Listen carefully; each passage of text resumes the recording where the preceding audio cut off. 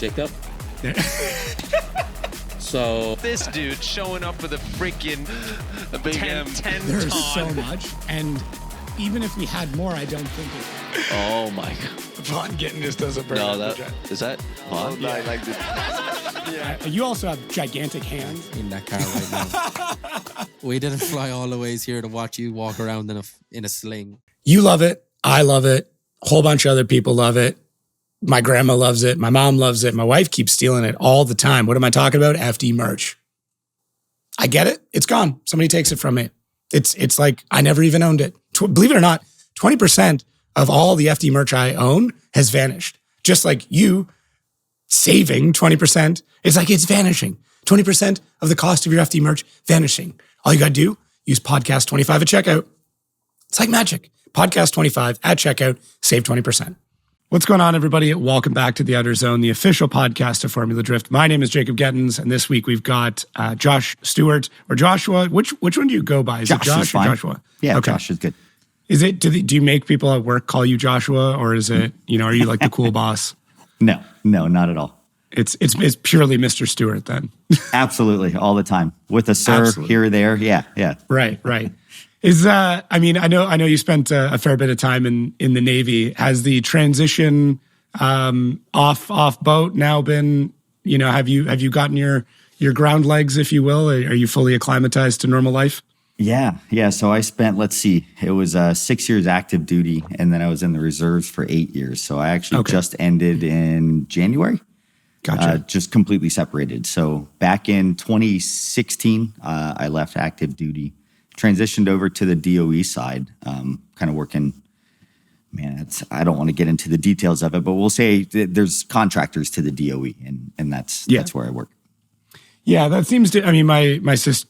Oh, sorry. My sister's military intelligence, and same thing. Like she's like, yeah, you leave that, then you get hired as a contractor, and then you're basically doing the same job, but now you're a contractor instead of being there full time. Sure. So Yeah.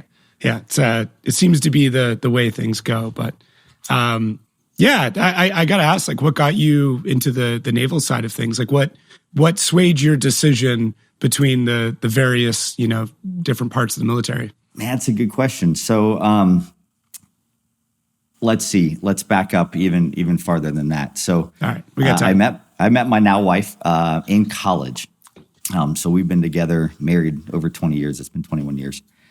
And so I was going to school in Kentucky and met her, ended up moving down to Florida, kind of delayed the school process a little bit, right? From transferring and trying to work and make some money at the same time. And after some time, we had a kid and we're looking at options as to what to do. We were kind of going the route of restaurants, right? So we were in restaurant management, things like that. And I was like, man, you know what? This didn't go as swimmingly as expected, right? In terms of the restaurant world, it kind of sucks, to be honest with you. Yeah. And if you've been in it, spent 10 years in it. So, Yeah. Long, hard hours, you really don't make a lot for it. So I was like, you know what? I need to just go back and finish my degree. I had 4 classes left. And there were a couple programs that existed for 2 different branches in particular, one for the Air Force and then one for the Navy. The Air Force one was based off of if you had a technical degree, and they kind of paid you as like an E3 to finish up your degree, and then you would come on as an officer. And they actually canceled that program, or at least it was only offered on the computer science side. And I was in mechanical engineering. And we ran back across, we talked about that and kind of actually got excited about it, right? It's like, okay, we'd be moving around to some different places. It'd be cool to be serving our country in that sense. And so we kind of got excited about it, and we're a little bummed that the program was canceled. So actually looked around a little bit more and then found on the Navy side the nuclear program. And they did something very similar to where they paid you as like an E6, gave you a signing bonus, and then brought you on as an officer into the nuclear program. And for us, it was just really good timing. Like I said, we already kind of got excited about it. And then, so it wasn't a thing of, do I want to be a grunt or do I want to do this or do that? It was just, they had a program that really helped us out at that time in our lives. So I didn't commission until I was 29. I got in kind of late. Okay. Huh. Interesting. Yeah. It just one of those, the right program, the right career path, and working in the nuclear industry is super, for me, absolutely fascinating. I'm kind of a nerd in that regard. Like awesome. So when I was doing my research and realized like what your day-to-day operations were, I was like, okay, cool. Like there's probably, you and I are probably gonna have a bunch. Yeah, we're gonna have a bunch of conversations out of the podcast, because I can't make this just like, a Kyle Hill entire documentary on, how nuclear marine engines work. And yeah, why not? Although I could do 2 straight hours of that if you want. Yeah, but yeah, and then you got, actual vessel wise, pretty crazy the assignment that you ended up getting put on. Yeah. Yeah. So I actually ended up going in originally as slated for subs. Okay. And then when you go through the in processing, if you will, they go through your different medical history, and I put on there that they asked stuff like, do you have or have you ever had asthma? And I was like, sure. When I was a kid, like I had some issues with it, but I haven't had an inhaler since I was like 13, man. And they're like, no problem. And they just kind of pushed me through. And when I got to OCS, which is Officer Candidate School, they kind of yanked me out of one of the classes, and they're like, hey, we need you to come do this test. If I remember correctly, they call it the methacholine challenge, which is this thing where they give you this drug that induces an asthma attack to see if it induces an asthma attack, right? Mm-hmm. And I failed it at the end of it. So the last part of the last step of the last test, right? And so they kind of gave me an option. They're like, we can see if we can switch you over to surface, or like you just get out or do something different or whatever. So I'm like, sure, I'll go the surface route. So ended up being a nuke SWO surface warfare officer. And they bounce you back and forth between a traditional platform and a carrier. But ultimately where I ended up was on the Lincoln, running a nuclear power plant on an aircraft carrier. Pretty wild. Yeah, that's nuts too. I mean, of like same thing of all the vessels to get landed on. That's pretty crazy. But considering that, what your specialty was at the time, I guess, it was there. Surface wise, there was pretty limited fleet at that point running that type of engine. So, absolutely. Yeah. And then I guess during your active time as well, I can't, obviously like some of the documentation's a little bit harder to find, but it seemed like it was a lot of refueling and retooling, either right at the beginning of when you had come in, everything had been commissioned. And then it looks like they did a big refurb right after you left as well, which I'm sure you're like, shit, I kind of missed it on like the games room and, all the fun stuff. You're right. Yeah. So when I was on a small boy, I was part of a deployment. So it was an individual deployment instead of as a strike group. Hung out in the Gulf for 7 months, just kind of bobbing around doing our own standalone mission. And then when I went to the carrier, it's called RCOH, which is refueling and complex overhaul. Think of it as like the midlife crisis of an aircraft carrier. Mm-hmm. So they cut holes in it. They pull out all the fuel from the reactor, refuel it. All the systems are shut down for years. And then we run through the process of startup again. So it's, bringing in steam and starting up the reactor for the first time with the new fuel. And so you're checking all the reactor safety systems and all that stuff. So pretty wild time. You get to see stuff that only happens twice ever in a carrier's lifetime. But I never got underway with that ship. I had to go underway with other people's ships for my qualifications and everything. So gotcha. Hours were long, hard, kind of sucked, but you're right. I kind of missed the point of, okay, now we're getting underway and see what this girl can do, Yeah. So I guess, I don't know if this is true, but I'd heard a rumor that you would have missed the popcorn, that like when a reactor fires up, everyone sits with popcorn watching. You got it. Yeah, it was pretty hairy though. We do a hydro test on the reactor, which is basically pumping it and pressurizing with water. Mm-hmm. And we get up to a really, really high PSI, and you start hearing some like pings and pops and things. And we had people like sitting on the reactor where it's kind of like look at this valve or this pipe and if or this gauge, and if it goes above this number, like say something because it's about to get bad. Say something. It's pretty wild. Yeah, we're gonna hit the dump valve real quick if something gets crazy. Yep. Huh? That's nuts. Yeah, that's for me. It's absolutely fascinating stuff because it's. I think nuclear gets a really bad rap for not a lot of reasons. Kind of like drifting. Yeah, very much so. Like if you really, great segue. If you really think about it, like in the grand scheme of people being injured in energy production, nuclear is by far the safest, which is crazy. You think about injuries and drifting, it's very similar. Like it looks crazy, but knock on wood, we've had no major, in car, I guess like injuries. Trying to like You're think totally of the right. best way to put it. Totally right. And if so, we actually watched a documentary once because my wife and daughter were kind of curious as to what it is I worked with. And so we found this documentary and watched some things. And it was this guy who had been a part of like Greenpeace and grew up with parents that were, picketing at rallies and holding up the signs, all anti-nuclear. And they finally decided, like, let's look into this stuff a little bit more.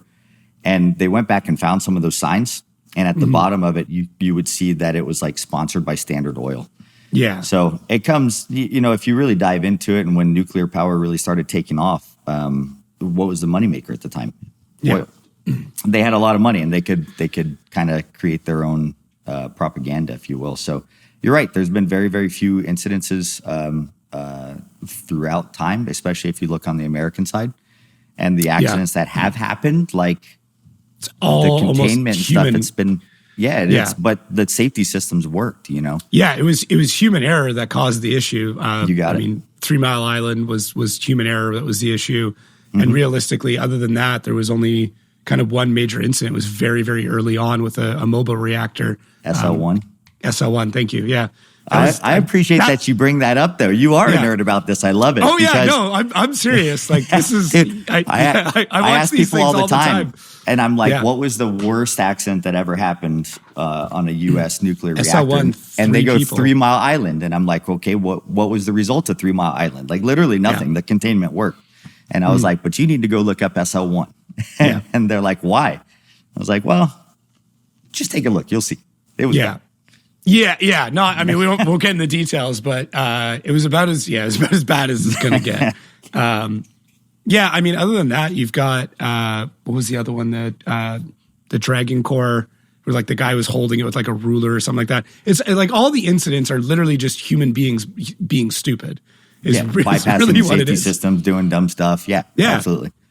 Yep. But totally fascinating stuff. It kind of like makes me wonder if we'll ever see a proper nuclear powered car of some kind.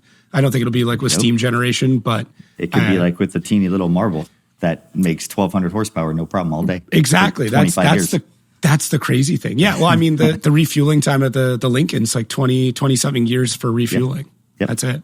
So yeah, I don't know. I always try to look at what the future of, the automotive world is. And I just try to look ahead and think like, okay, what's next for us? Like, I still think we're very close on a lot of the electrical stuff. Once we solve a couple of mineral issues, I think we're pretty much there. But even past that, what's next? Hydrogen looked really promising for a long time. It's got some explosion issues. It's not great on sometimes racing. you want an explosion though. So I saw that Toyota's doing an internal combustion hydrogen engine. Yeah. Which is pretty dope because then you at least get the sounds. That's in my mind, like the drawback for an electric car drifting is you lose all the sounds. You can get the visual effects, but half of it for me is the sound. And people debating whether they like an RB or an LS or JZ or a rotary better. So in all of these, I actually worked promoting an electric car show, like a big electric car show, like where all these electric vehicles vendors would come in and display and stuff.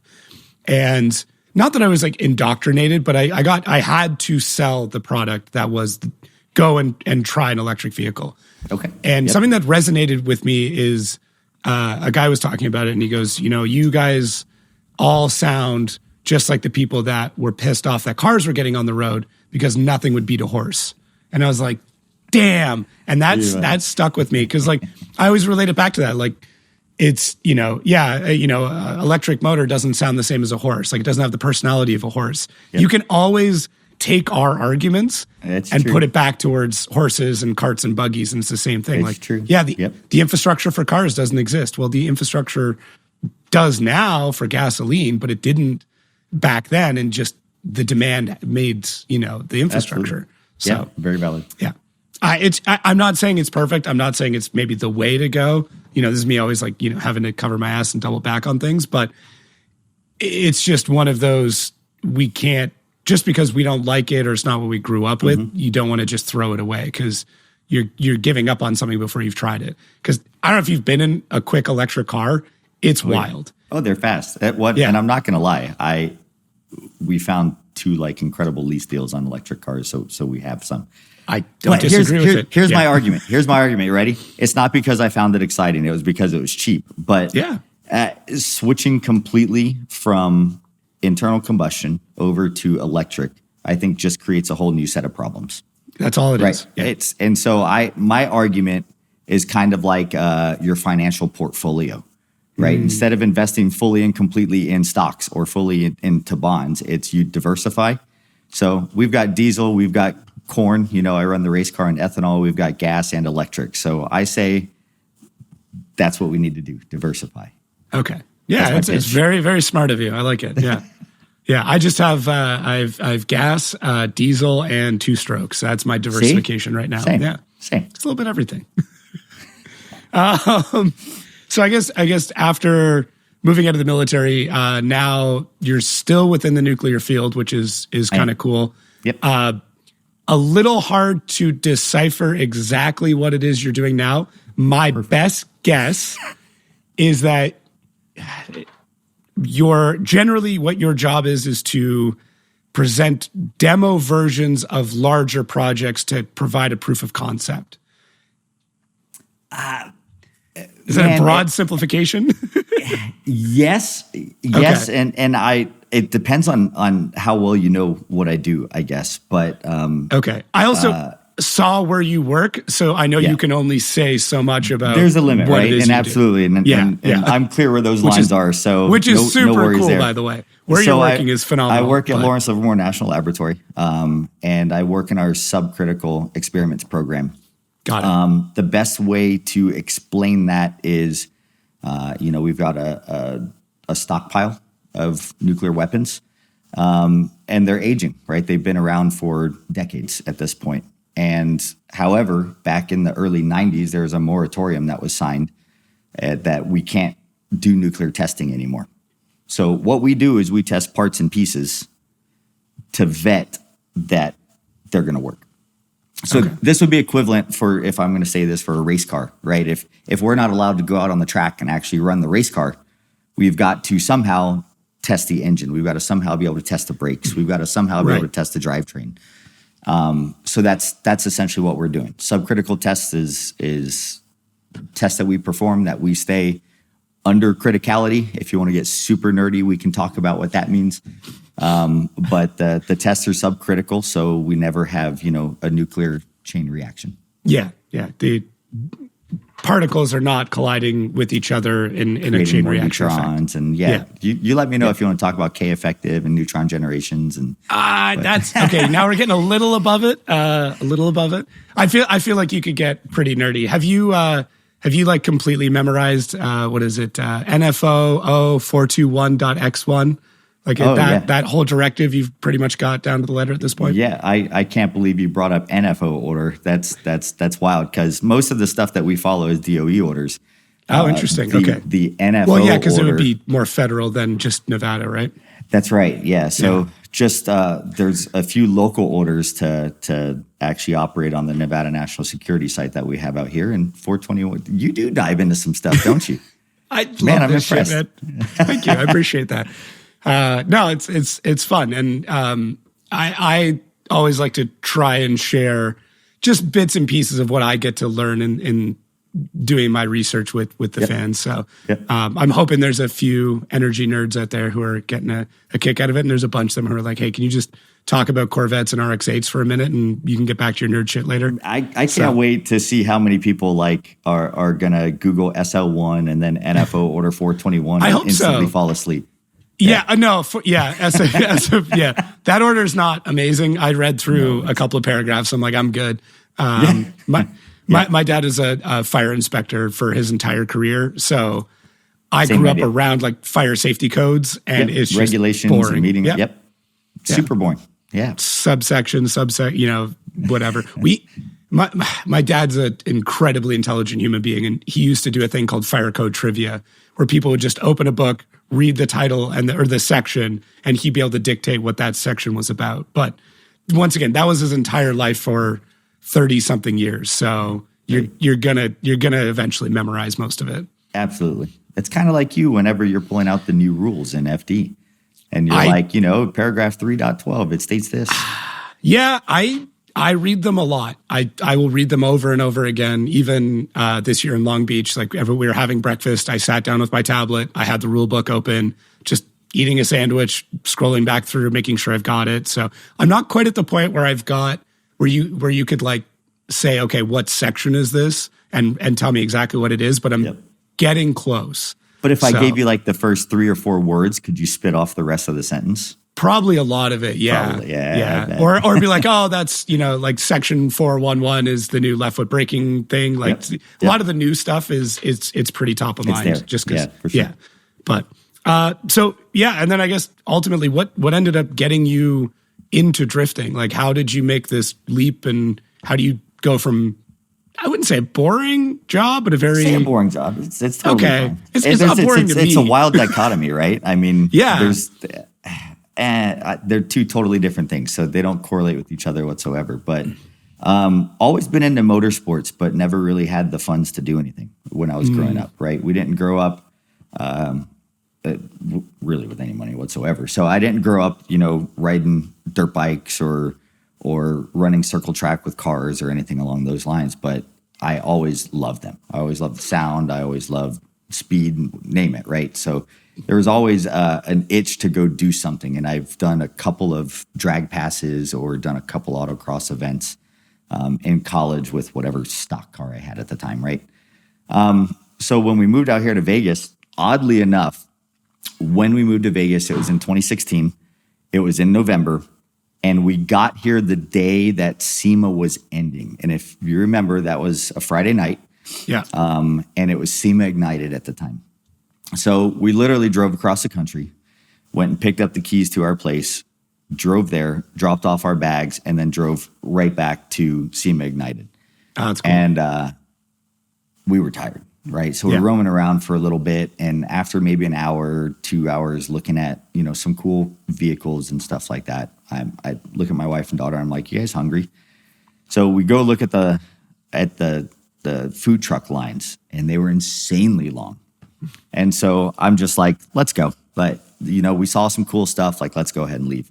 And as we started walking out, somebody, I don't know who was announcing at the time, but somebody came over the PA and said, drifting's about to get started in 5 minutes. So take your seats. So I look at my wife and daughter. I was like, I want to hang out just a little bit longer. And this was, like I said, 2016. So, it changed over the years, but 2016 was pretty good. It was a pretty decent sized track. And it hooked me from there, and I did nothing about it until 2019, I think it was, in October. We finally, I knew there were some Vegas drift events going on, but we never went out to them. And in October of 2019, we finally had a weekend where we had some availability. There was an outside road course event. I convinced my wife to go out there, and we went out to watch. Have you ever been to the Vegas events? No, I haven't. I have a few friends that drive out there, just being in the industry. I know what they look like. I've never had the chance to go, unfortunately. The outside road course is just that. It's a long road course. Mm-hmm. And so when you pull in, there's like a massive parking lot. I have no idea where we're supposed to be going. I don't know who's where. I don't know if there's certain time blocks. But we got there early, and I'm picturing kind of like an SCCA thing to where they run blocks. You know, this is your intermediate or this class car for 20 minutes and then something else and then something else. And the event said it was all levels. And so we talked to some people. They said the best place to watch is probably over there in the corner. So we went over there and the car started going. And I'm like, there's no way these are just all the beginners, right? No clue. And so I looked around again for somebody to talk to and kind of get the rundown. I found somebody that had a big-ish trailer, and just went over and started asking questions. And I'm like, what's the deal? How does this work? Like, who's out there? And that person was Shelly Hansen. Oh, no way. And she gave me the lowdown, and she said, but that's my husband out there in the green car. So if you ever saw Rudy's green S13, yeah, she's like, that's my husband out there. Why don't you just go ride along? And I had no clue that was a thing. And so when he came back in, I got in the car and I went for a ride along. When I got back in, my wife ended up going along a little bit later. And she came back. She's like, we're totally doing this. This is super cool. And the next weekend, we bought our first car. Damn. What a crazy jump on that. And of all the people to introduce you to the sport, totally. Somebody so enthusiastic and just, would push a line of people like, no, you need to get into this car. Like, you just need to do it. Yeah. Yeah. Yeah. Oh, that's so cool. So, yeah. And, started out with the 350Z and super, super basic, nothing done to it. And ended up getting the diff welded and then went out to my first event in December of 2019. First time ever trying anything. And here's the best part about it is met a few more people in the scene beforehand. And Dino Child out here and George Kirakopoulos. Yep. Probably heard that name before. I know George pretty well. Yeah. And so George actually welded the diff. And then, out by their shop, they're like, do a couple donuts. I'm sitting here getting ready to hop in the car. And I'm like, I've never done this. I hope I don't run into the freaking building, right? So I did like 2 or 3 donuts and they're like, cool, you're good to go. And the first Vegas drift event I went to, it was kind of a long run up. And so I'm asking George, give me some pointers, like tell me something that I need to do. Like what? He's like, dude, you'll be fine. It's wide open. He's like, just pump the rear tires up to like 70, 80, screw it, 100 pounds. Yeah. Hit third gear, clutch kick it, you'll be fine. And I spun out a lot that day. I bet. Yeah. Stock angle in a 350Z and trying to enter in third gear with 80 PSI on the tires I probably looped it a few times. It's a kind of a safe bet though. Like, it's going to teach you quick.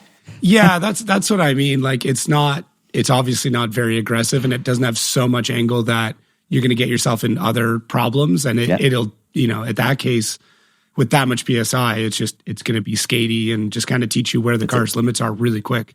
Yep. So, yeah. I like that teaching style. That's my pitch to people. I went out there with the stock car and honestly left it pretty stock. Ended up just putting on like that 200, at least at the time, $250 GK Tech kit, which gives you like 5 degrees of angle. Yeah. And just drove it. I didn't spend time building the car and figuring stuff out and we have to swap this or that. Just drive, seat time.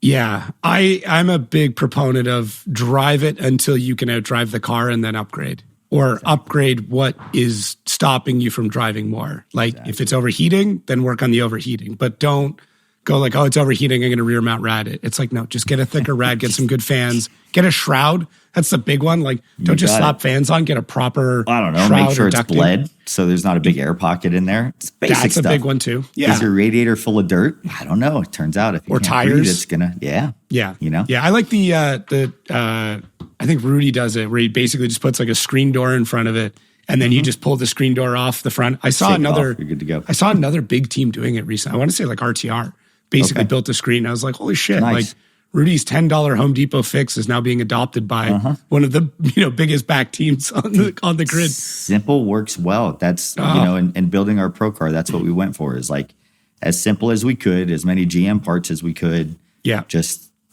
if something breaks, I want to have access to it, right? Not something super custom that I can't find. Yeah. Simple's done this pretty well. That's huge. I do want to, as I'm a huge Mazda fan, so I do want to touch on the RX-8. Please. How was that? Because I've heard so many mixed reviews on them as a drift chassis. I agree. I'm going to agree with that just off the bat. Okay. So I swapped from a 350Z with the DE motor. So super easy chassis, super linear power plant. And then went to an RX-8 with the non-VVTi 1J. So power came on like a light switch, right? It was basically 150 horsepower, and then the turbo kicked in, and you're at 450, and rising from there. And the chassis takes a lot to figure out and dial in. But once you do get it dialed in, it actually feels really good.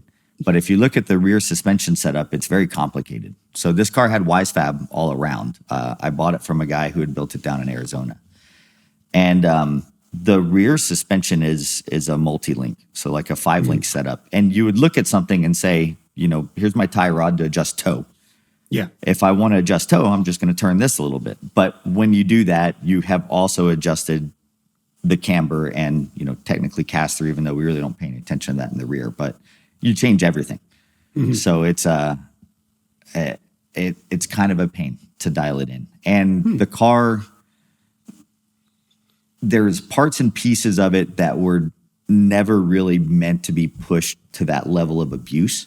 So I would say if you had an RX-8 that was, 250, 300 horsepower or lower, you'd be fine. It'd be great all day long. You could get it dialed in well and it would be dope. But what I found, so the JZ put out right at 500, and I would grip the car up enough to where it got pretty brutal on it. So I broke subframes, and subframe reinforcement breaks happened, and which would cause a diff to twist, which would break an axle. Another one that was weird, I was driving one day at the outside road course, and I initiated, got into drift, and then the car was just kind of doing this. But the day before, it felt great, right? And so we pulled it off and took a look at it. And you know how eccentric bolts, how they're normally in like a purpose-built slot for your eccentric bolts, so they really don't move. Well, the RX-8 had one little nub on one side, and where the subframe rolls over on the other side, and it adjusts in between those two. Well, with enough force, it just pushed over the subframe, and now I had active tow on the car. So it's stuff like that. And the chassis, there's not that many people that have really built one at that level. So you don't have all the tips and tricks. If you were to go buy an E46 right now, you have all the subframe reinforcement stuff already figured out for you. You just go buy it and weld it. S chassis, same thing. Or, a lot of these cars have been in development for quite some time. So people have figured out all the weak points, and you can knock it out in a weekend and be done, right? Yeah. And the RX-8 was never that way. So I think that was the most challenging aspect of the car. Yeah. Yeah, that's fair. That's fair. I'm such a Mazda fan. I'm like, I'd love to build one and drive one. But I'm also, I've got a G37 now. And it's just G35. It's just I bought it done. It's easy. Yep. Yeah. It looked like a bag of crap when I bought it, but it's got an angle kit on it. It's got a rad. It's got an oil cooler, handbrake, dual caliper, everything you need to just have a good stock horsepower seat time car. It's all there. And I'm like, I might break something, but it's, everything's going to be really easy to replace. And anything that was going to break that was major was probably going to do it already if I just keep it out of the wall. Yep. So, 100%. Seat time. Here's what I'd like to see somebody develop, because people have done the rotaries from the Mazda. But their newer SUV, I think it's a CX-9. I might be wrong. CX-90, yeah, the hybrid rotary. But it's got an inline 6 in it. I think there might be multiple motors, or it might have been a slightly older year or something. There's a hybrid rotary that they're working on where it's basically a rotary as a generator and then electric. But this one's not a hybrid that I'm thinking of. It was somebody told me it would be challenging because it's a direct port motor, but anyways, it would be neat because I'm like, people do the Toyota version. People do the Nissan RB, even Ford Barras. With the Barras, yeah. But nobody's doing an inline 6 turbo Mazda motor. How cool would that be? especially in an RX-8. We're really close on direct injection stuff. Like there's enough going on in the ECU world right now. I mean, I can think of 3 companies off the top of my head that have very close to having this figured out, if not completely figured out. That's good to hear. Yeah, I still think like the B58 is kind of it. Like that's going to be the engine that we're all driving. They're everywhere. They're stout. Guys are making a ton of horsepower on them. You know, you're not hearing about them blowing up everywhere. So once we get a more reliable tuning package with direct injection, where you're not having to like change it up and turn it into, you know, a inline injection system, I think that'll be it. But once that nut's cracked, man, world's our oyster with pretty much anything else. Yep. So there's just no unity on injectors. That's from my understanding, that's the issue, is that like every OEM's got different injectors, every engine's got different injectors, and they don't, because it has to be so precise, you almost need that factory data to do it. Got it. So, and then you can get aftermarket direct injectors, but then to get the timing perfect is so tough. Yeah. So, but I mean, Denofil's driving an EcoBoost with direct injection, and it's driving and it's tuned. So, yeah, we're right on the precipice of it. That's all. Yeah, but we need it to happen because we're running out of engines. You got it. we just keep blowing them up, but we do. And then so I guess after that, why into the Corvette? I mean, I know why. It's an incredible chassis. It just makes sense. But is that the same on your end, or was it a smoking deal, or you just bought a set of New Balances and figured this is what's next? Close. Okay. Yeah, once you hit 40 or so, then it's, you know, game over. It's like the close, Corvette man. keys appear. You know what I'm saying? I know. I'm getting close. I'm looking at them. It's scary. So this is actually kind of why. So in all reality, I was born in Bowling Green, Kentucky, and then I was raised in Florida, and then ultimately worked my way back up to Kentucky, and I graduated high school there. I went back in like the middle of my junior year. So I was a part of some club out there where dudes nerded out about Corvettes and knew the difference in an emblem from a 67 to a 68. I actually drove an 81 in high school for a little bit until it completely crapped out on me. So once there was this guy moving out of Vegas, Joel Ehlers, he's retiring and moving out to Hawaii.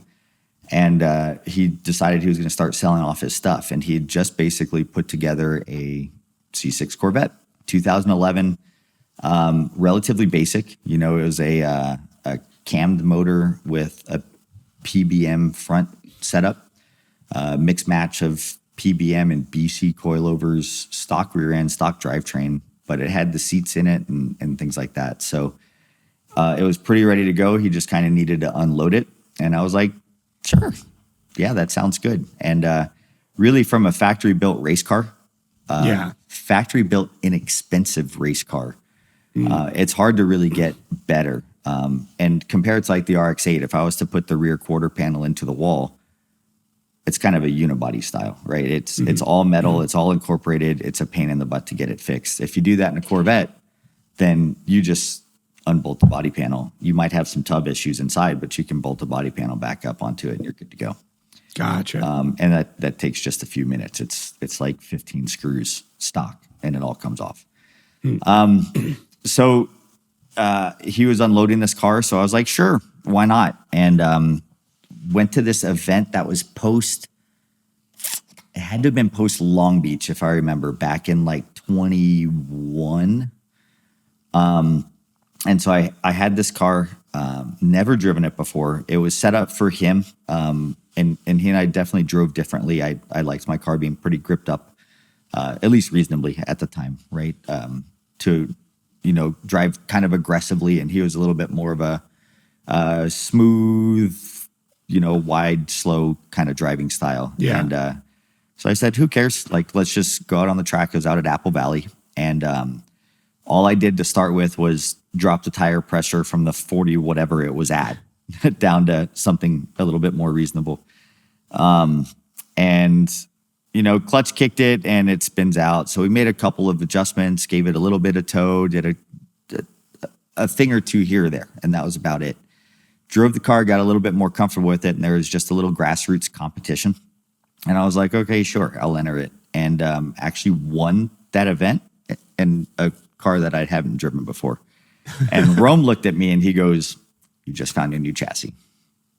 And downhill from there. Yeah, so it was a big swap. What I ultimately was going to do was 2J swap the RX-8 and then have the Vet to drive as well.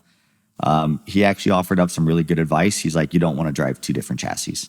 Yeah. He's like, if you're going to have two cars, one at a really highly competitive level and then one at more of a grassroots level or practice car, have them be the same chassis, set them up in more identical ways. So when you drive your practice car, it's actually helping you drive your competition car. And that was huge, swapping between something that's a snappy chassis dynamic car and then a 1J. So the power plant's completely different from a super linear NA setup and the car doesn't snap. He was totally right. It was great advice because that would have been terrible to do. Yeah, I very much agree with that. It's just there's so many dynamics in the cars that you just, even if it's slower and not as powerful, it at least has similar timing or, it's going to have, you can also sort out problems on one before you need to sort it out on another. Yep. Like you can deliberately try and break something or test some crazy alignment on a different chassis and then be able to jump into the pro car and be like, okay, this worked at 400 horsepower. You got it. Let's see what it feels like at 800 and then go from there. And the dynamics are just totally different. And the RX-8, if I huck it sideways and just held the clutch in, the car would kind of like an S chassis from, actually, I haven't really driven S chassis much, but people tell me the side bite is very similar. So you can huck it sideways, and if you just press the clutch in, it would snap and come right back. Right? Okay. You'd have to be on the brake to get it to slide if that's what you're trying to do. If you haven't driven a Corvette, it's actually a little bit different. You can huck it sideways and just push the clutch in, and it'll just slide sideways. Oh, interesting. Okay. And some people view that as a lack of side bite, but once you get on throttle, like the car bites and digs and just goes.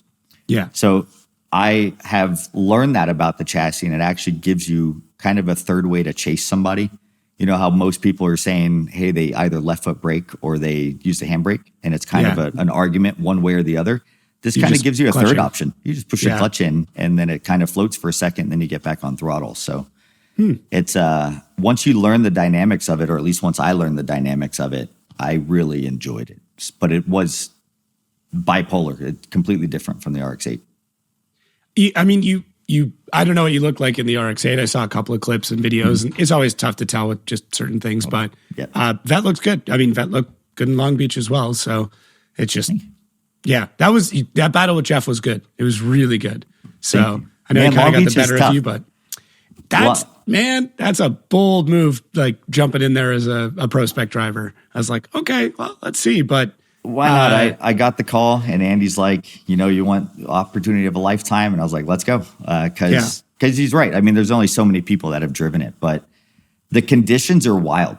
Track surface is stupid. It's crazy. The track surface is stupid. And for those of you who, what do we mean by that?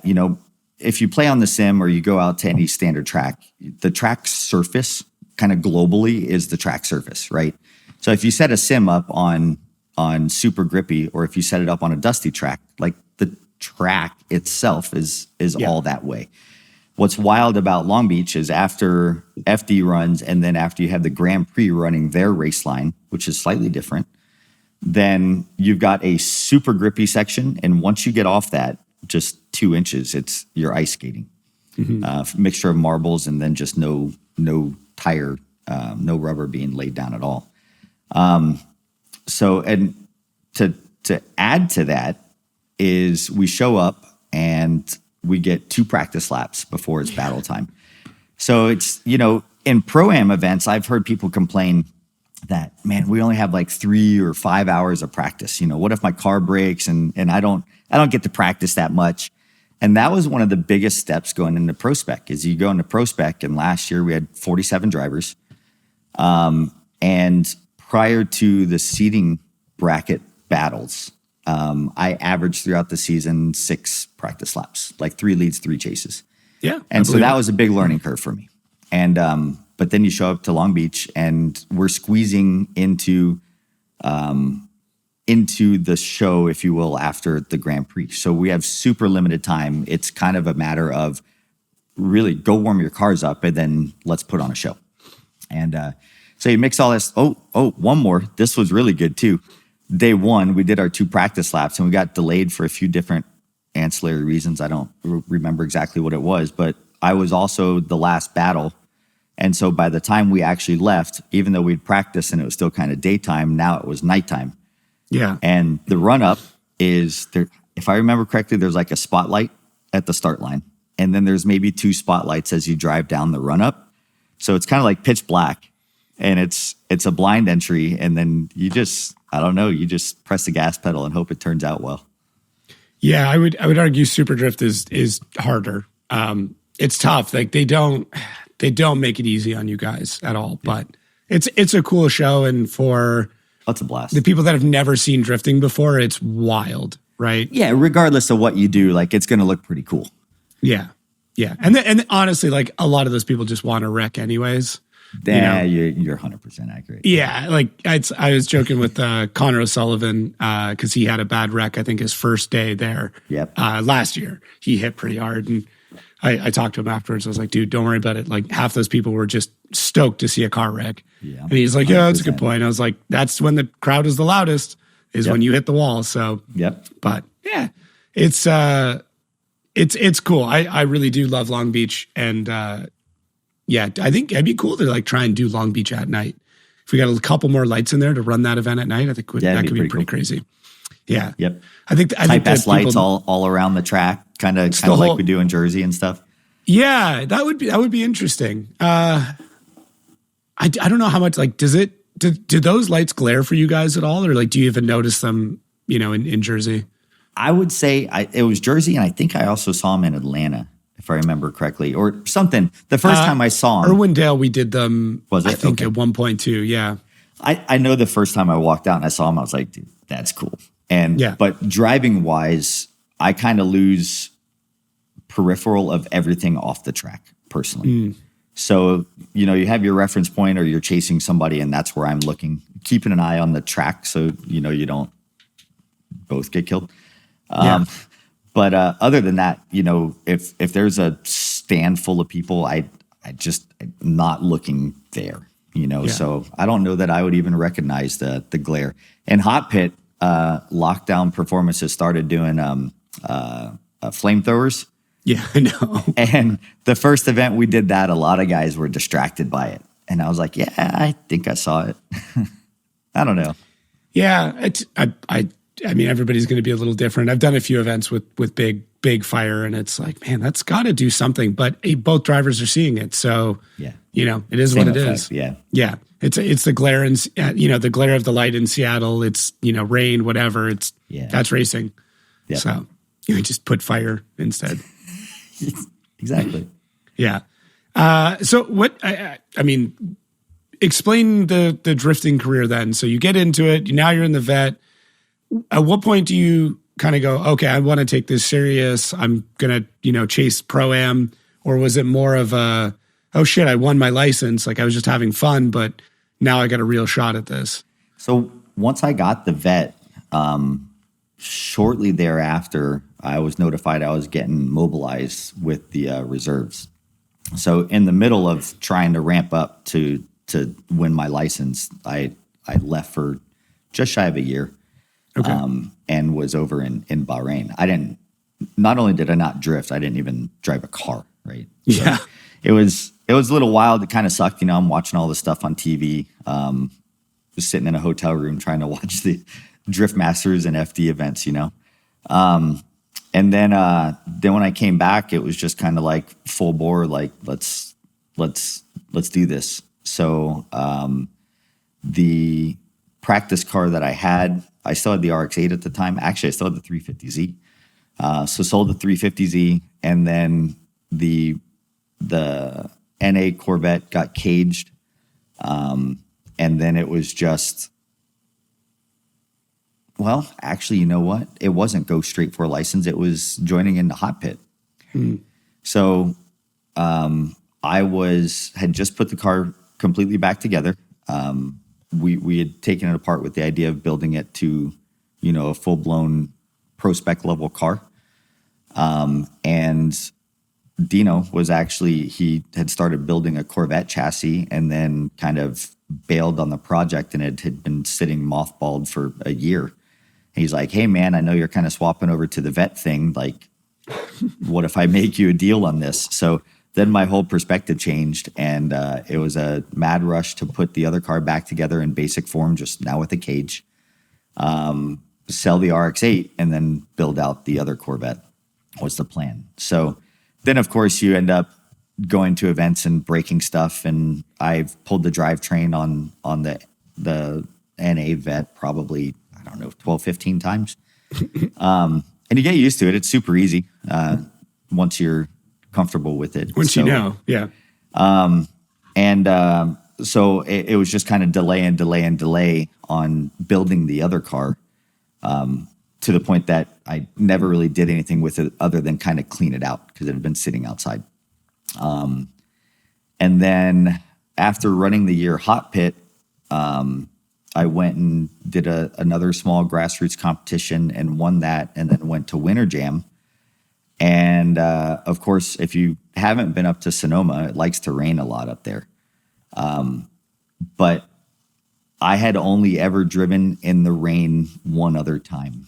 And that was actually with the 350Z, my second day driving. After I drove that event in December of 19, the next week we drove up and did Winter Jam, which it was raining. No more rain.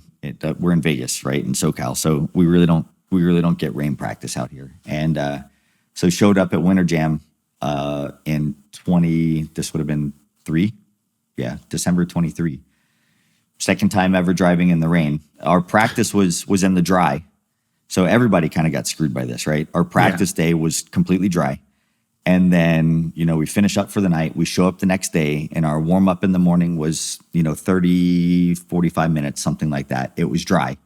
And they said, okay, everybody stop driving. We're going to go paint the track and reset the cones and do all that stuff. No kidding. We're about to go do the first, burnouts to warm up, and it starts just pouring down rain. So everybody, it was a wild guess as to, gearing and speed and how you're going to drive it and everything. So that was the road to a license. I ended up, honestly, this was kind of just I hate to say survival of the fittest. It's not that. It's just like who made it through. Right. It really wasn't a version of, man, that was a super sick tandem. It was just like, somebody would go and you would drive one lap, and then by the time you got to it the next lap, it was different. There was a new slick spot or a new dry spot, and it was like who could deal with that the fastest and the best. So tandems were probably more like this than they ever were like this, but there were so many challenges with the track that it was just tough to get through it. So coming out of that, like, it's not an easy decision to make the jump into Prospec. Like, I want to preface this with, your family is very, very involved in the program. Very much. So I'm going to take a leap here and say this was a family discussion, or was this like your daughter being like, no, you're doing this. Like, I don't care what you say. We're going to FD. We won that event. And then it was kind of like a surreal moment. We're looking at each other. We're like, holy crap. Because at the end of the event, Chris Yule came over and was like, hey man, just want to let you know, great job. Like, you did awesome today. I spoke to Kevin Wells this morning, and we did verify that your license is good for 24. And I was like, oh, wow. Like, cool. And he goes, but it's not good for 25. You can't delay it. Like, you either use it and you go, but, the rules have switched a little bit. There's no year delay and build the car and figure things out. It's like you either go or you have to go win another license. So it was on the drive back, it was kind of like are we going to do this? Like, I know we wanted to have a license, but we also had the expectation that I'd have a year to put together a car, test it, beat it up, learn it. I'd never driven anything with, 700-800 horsepower. So it's, now it was kind of one of those like, well, hell, let's go. Like, of course we're going to do it. And started building the car in January. Only thing it had in it was the cage, which had to be modified. But other than that, it was a bare shell. And from January to March, it was mad thrash to get the car together to go do some testing. Figured out problems, so didn't really ever have a good test day. Showed up and debuted it at LS Fest West. And the practice day, we were still having some belt issues for the alternator, not supercharger belt issues, but for the alternator. And we finally got that sorted and then got everything on the car to work come the actual competition day. And we were able to pull off a podium at LS Fest. Yeah. So it was just a wild, like 4 months.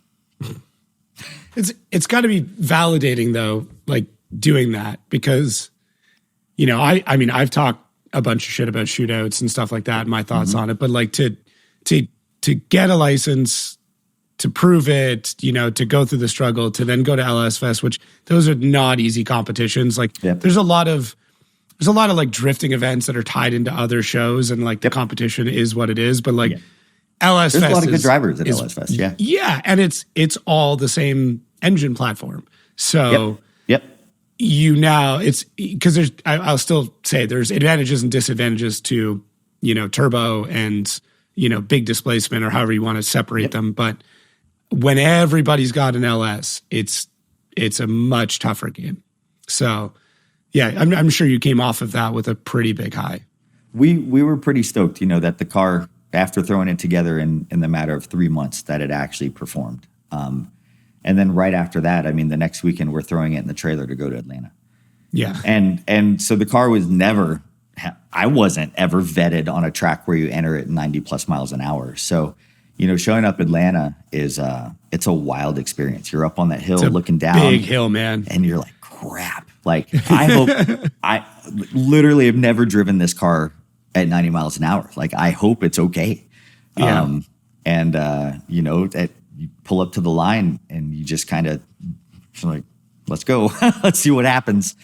And cross your fingers. And, the car itself throughout the season actually performed really, really well, which I think was one of the most successful takeaways, if you will, for the season. As I'm sure there's lots of parts and pieces to running a winning program, like a championship program. It's not just the talent of the driver.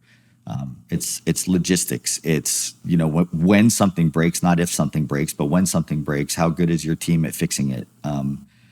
Just mechanically, how well is your car put together? If every time you show up to the line, you've got a new problem, you can only perform so well. Yeah, it's a lot of it too is the team dynamic and like stress management. It's something that I don't think I've talked about a lot, but I've talked a lot about team dynamic and how important that is, but it's how the team performs when shit's going wrong. Absolutely. That's the difference, right? Like that's what's going to make or break the team. If you can't put aside the blame game and just deal with the problem, be like, we'll deal with whoever screwed this up later. Sure. That's not important right now. Yep. All we have to do is get this car back out there or figure out whatever the issue is. That is so much more important. Get the car back out on the track. And then also from the driver perspective is the head game. You got the stress and whatever else. I mean, there's very few Prospec teams, especially that have incredibly good funding. So it's just, you can easily get in your head for a dozen different reasons when showing up to the line. Like, oh, I'm hearing noises in my car. Or, did my guy do this right? Or that person pissed me off. Or if I touch the wall and I break something, I don't have a spare to replace it. And you have to be able to shove all that aside and just go drive. Just deal with it. I mean, I would assume your job experience helps with some of that. Like, recently, a lot of what you're doing right now is, once again, assuming is a lot of like planning and check boxes and like triple verifying and making sure it's all there. the structure from the Navy, and even, just dealing with the stress of, a Carrabba's Italian grill and a crazy pasta night. Like, you did go back. no, but dude, I tell people all the time, if you're hiring someone and they've worked in a restaurant for more than 5 years, hire them, because there's nothing you can, especially if it's like a bar, Italians. If you worked in an Italian restaurant for long enough, like you get called a munchkin Nothing cake, you can say or do that's gonna. Nope. You got it. No, exactly. Especially if you're working in an Italian restaurant and you're not Italian. I did that for numerous years. You got it, man. Absolutely. Yeah. But if you can take all of those things, like the stress from restaurants, the organization, the discipline, and mold that together into the program, that's what's going to end up being the winning formula is taking all that and putting it together. Yeah, absolutely. Yeah, I would almost envision drawing a bell curve with this, and you've got guys like me that are on the higher end of the age, and then you've got a lot of much younger guys, and then a plethora of people in the middle. And the thing is I'm looking back to when I was 24, 25 years old, and there's no way I could have afforded to run a program.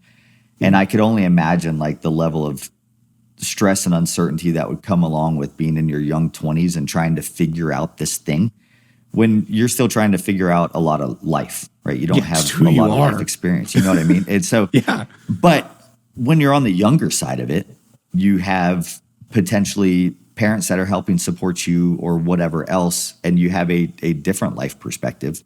So maybe you have a lot less stressors. And then once you have dealt with all the life stressors, or you figure out how to deal with it, you might be on the other side of the bell curve. But I kind of feel bad for the guys in the middle.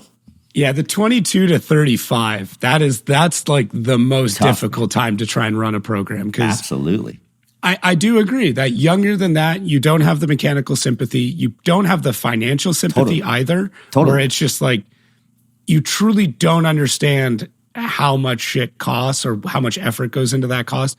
If you've got that funding, if you've got the family that backs you. And I've said it before, but like if you shit on a kid who's got good family funding, take a look in the mirror, because we'd all do the same thing. There's 100%. Nobody here listening who's like, absolutely. If my dad had money, I wouldn't take any of it. I would work at McDonald's and like, no way. You would. I call bullshit. You'd be right every there. Time. You'd be like, exactly. How much power can we put in this car? Let's go. All right, Dad. What are we doing here? Yep. Yeah, you own a race team now. Yep. Hey, I blew up the motor. Put another one in. Yeah, we'd all absolutely, man.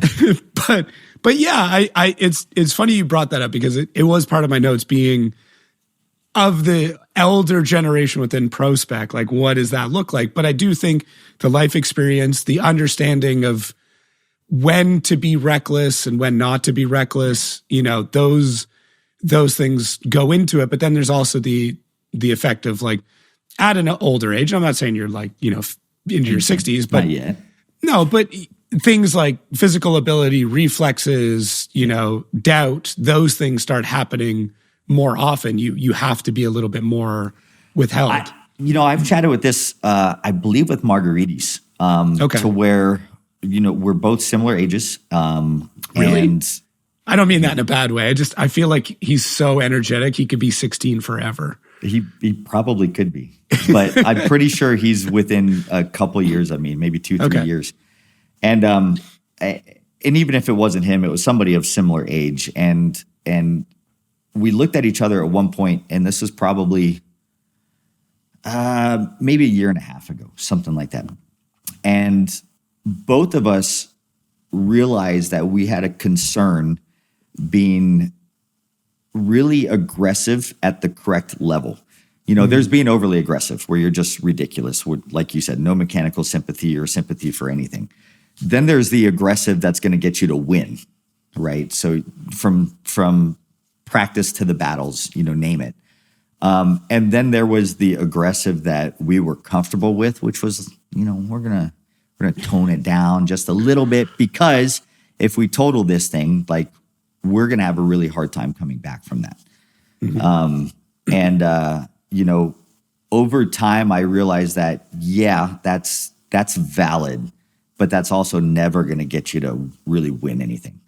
And if you've been out in the West much, Riley Cahill was somebody that I've got an interesting history with. We can go into that if you want to at some point. I don't know if he's launching a wheel into his truck. But so we were chatting one day, and I was kind of talking about this. And I was like, when I go out there and we're doing practice at Hot Pit or wherever, I kind of ease my way into the track. So the first pass, I'm shooting to be 5-10 feet off the wall and just feel out the track, and then get a little closer, and then get a little closer to the other person. And he looked at me and he goes, "Quit being a bitch." Yeah. And it's honestly probably the best advice I've ever gotten in drifting. And going out there with a different aggressive mindset, I think sets the stage. From people say you can't win practice, and sure, like the judges aren't going to say like, well, this guy's doing the best practice, so he's going to be on the podium tonight. But it kind of sets the stage. If it sets the stage even for your competitors or for the spotters of your competitors. If you come out and you're running aggressive lines right off the bat, you're running on the walls, and when you chase, you're close and aggressive. That's what the spotter is going to be feeding to their driver.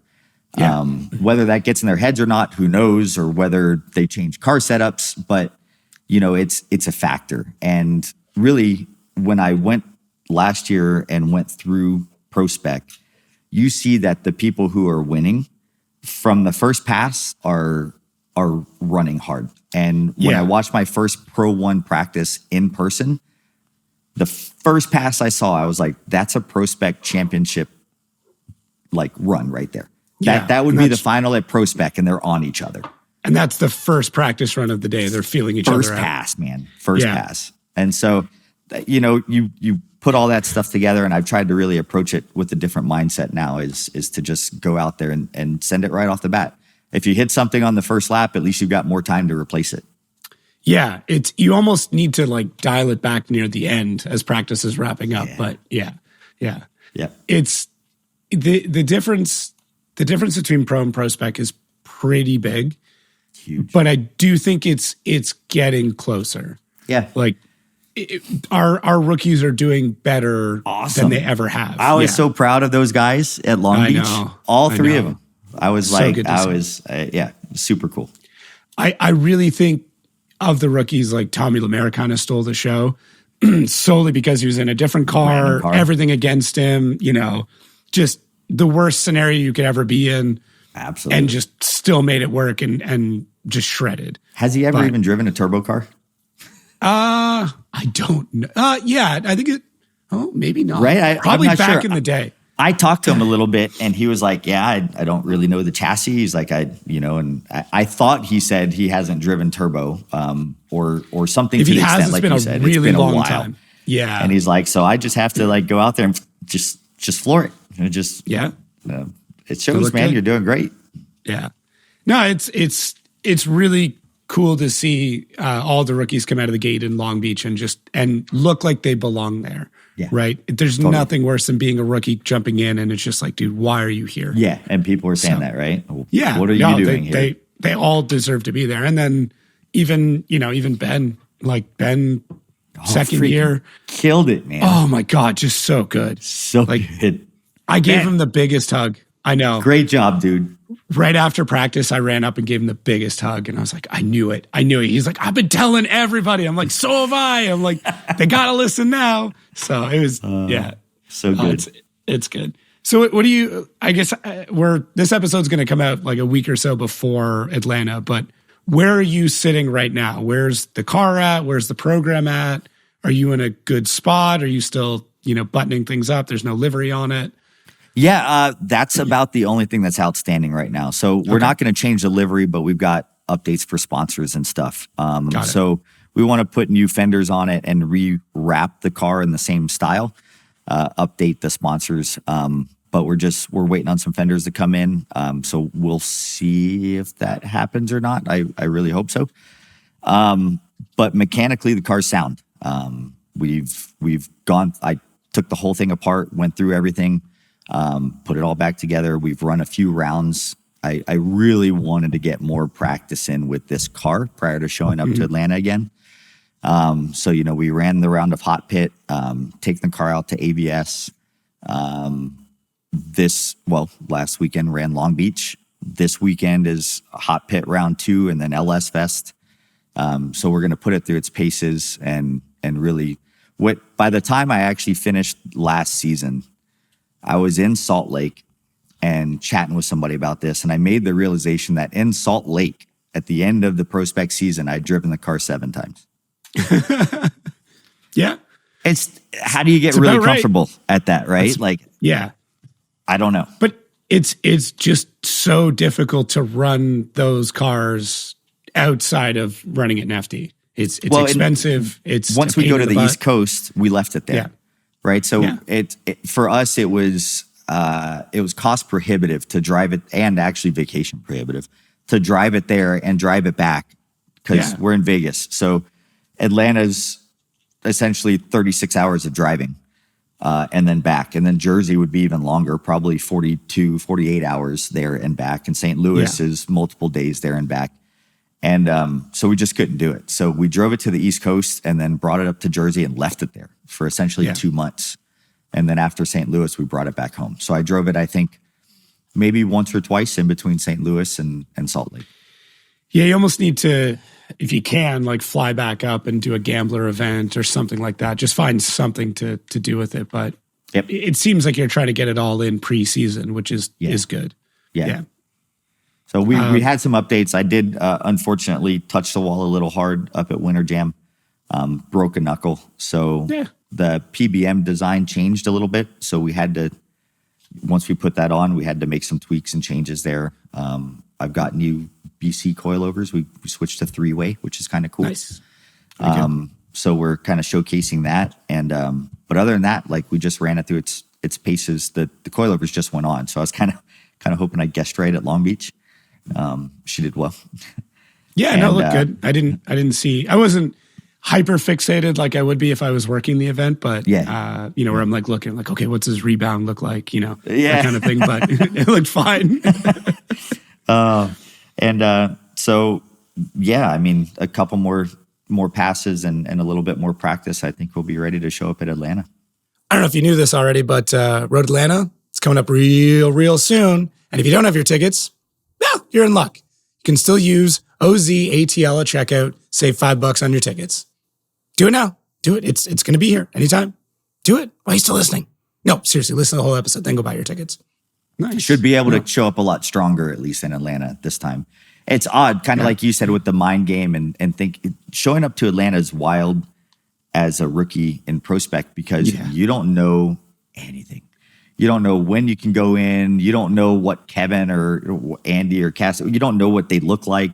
You don't know who's who. You don't know where you're supposed to go or how they direct things. Or when you're something as simple as, hey, it's practice. You can now leave the pit. And you're like, but which way do I drive to get to the track? Right? It's silly. It's not easy to get up there. There's not, 3 different roads. It's back through the woods and up and over the hills. It's a beautiful spot, though. It really is. Great. That drive up, though, is just iconic. Super rad. Yeah. Yeah, I tell everybody, just if you're doing Prospec, you've never been, just at least go work on a team for a round. I know it's too late now, but you're cementing my call here to just go work for a team. Yeah. Yeah. Just to learn the ins and the outs, right? That's it. Yeah. Just the small stuff. Where do you go pick up your fuel? Right. Yes. Yeah. Whenever because you're inevitably going to break something. Right. And you're going to have to get something shipped to the track. So where do you go to pick it up when it gets there? Hey, drivers, if you are listening to this, you drive Prospec, your setup pack, all of that information is in your setup pack. It's on the last page.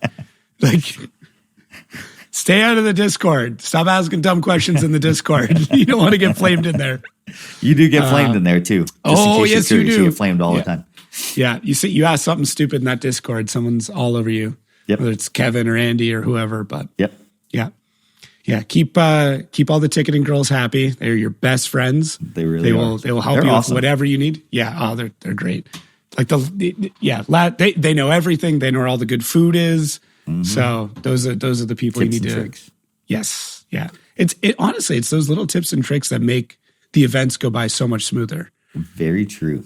Yeah. It goes from being super stressful to being a jam. You know, Yeah. and Atlanta's a vibe.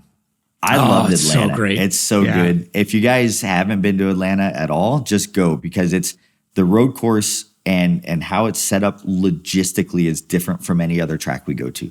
You know, normally you have some general admission parking way out there and you figure out how to get in. And, you know, they've got people that roll up, bring their truck and back right up against the fence and they're tailgating right there. And Yeah. I'm like, this is too cool. You bring your lawn chairs and you sit in the stadium-like seating, if you will. So, Yeah. man, just super cool. The people who party up on the hill are a whole other, like, that's a whole other. I try to take, you know, an hour to go up there and just like look around, because it's a party. It's the shit you see up there. People got refrigerators and stoves and stuff plugged in and generators running. Like, it's like a community. Yeah. It's a vibe in itself. Yeah. So super cool event. I'm really looking. It was everything that I was hoping it was going to be and more. Good. So I can't wait to go back. This year, even more with kind of the addition of Grid Life and the action on track will be super cool, and there'll be other drifting going on, like demo drifting, full course stuff. So, yeah, I'm very much looking forward to it. I know I've always said, like, I wouldn't say always, but Utah's probably still my favorite track, but I think Atlanta might take it this year. So, yeah, the tough thing about Utah, I love the track, and obviously it's close to us. I love the flow of the track, how big it is, the high speed. That from a spectator perspective, it's just a little bit tougher. It's tough. Because if you go Atlanta, you see everything. Everything, right? Yeah. You can watch every aspect of it from the run up and all. Yeah, they're a little bit farther away, but they get closer. But in Utah, if you sit in the stands, like, you can't see the entry. And then if you go into the grassy area, so you can kind of see everything, you end up getting blocked by somebody at some point in time. So it's just a tad bit more difficult, but awesome event, awesome facilities, and obviously closer to us. So I love it too. But Atlanta's just a vibe. What's the dynamic like of having your family at the events in the way that you do? Especially, I mean, your daughter's your spotter, which is wild. Like, cool. Does she talk some shit or? No, honestly, she's really good about that. Okay, so okay. I couldn't be happier. I've got like the most supportive family that you can imagine with this. It's having her up there it's just dope. It's as far as, you know, participating with your family, but she has learned that I'm just analytical. So I don't need the, hey, you're doing great and whatever. I don't need to be motivated in that sense. And I also don't need you to give me like a laundry list of 4 pages of notes on one person. But when I go out there, if I lead first, you can say, in Chase, you can do better in this spot because he lagged a little bit or he bobbled over there. Maybe he's been entering a little slow or he's super fast, and let's send it. Like, that's all I need. Yeah. So she's figured that out. She does an incredible job there. And then my wife runs like everything. So down in the pits, you know, once you leave and you go to hot pit or you're interacting with other people, you've got all of this stuff sitting there in the interactions with the crowd that go by, and she runs all of that. So the merch side, keeping the pit squared away, having the professional appearance and things like that, can't say more good stuff about how she takes care of all that. In addition to, you know, hopping online and dealing with all of the submission stuff that we have to do for FD Paperwork. or interactions. And like during the day, a lot of stuff will come out here and there, whether it's on Discord or via email, and she just takes it and runs with it because I don't have access to it during the day. So without them, I'd probably have a very failing program. So Yeah, I guess it just lets you focus on driving, right? Right. Yeah. And that's the intent, you know, and I'm trying to work that with my team as well. And being a driver, you have to wear a ton of hats, right? You have to be like an expert mechanic or builder or fabricator in addition to being a driver, and you've got to be a marketing genius and interact with the crowd. You got to interact with the drivers and other people at FD so they get to know you, and you get pulled in 1,000 different directions. So with my wife and daughter handling all of that stuff, now that's off the table. And then with my crew, and we're trying to run a real small crew this year, I'm just going to have 2 guys. But that's what I've told them is we'll have our checklists of stuff that I need them to do, and I just want them to take care of it. I don't have to ask about it. I don't want to say, did you do X, Y, Z?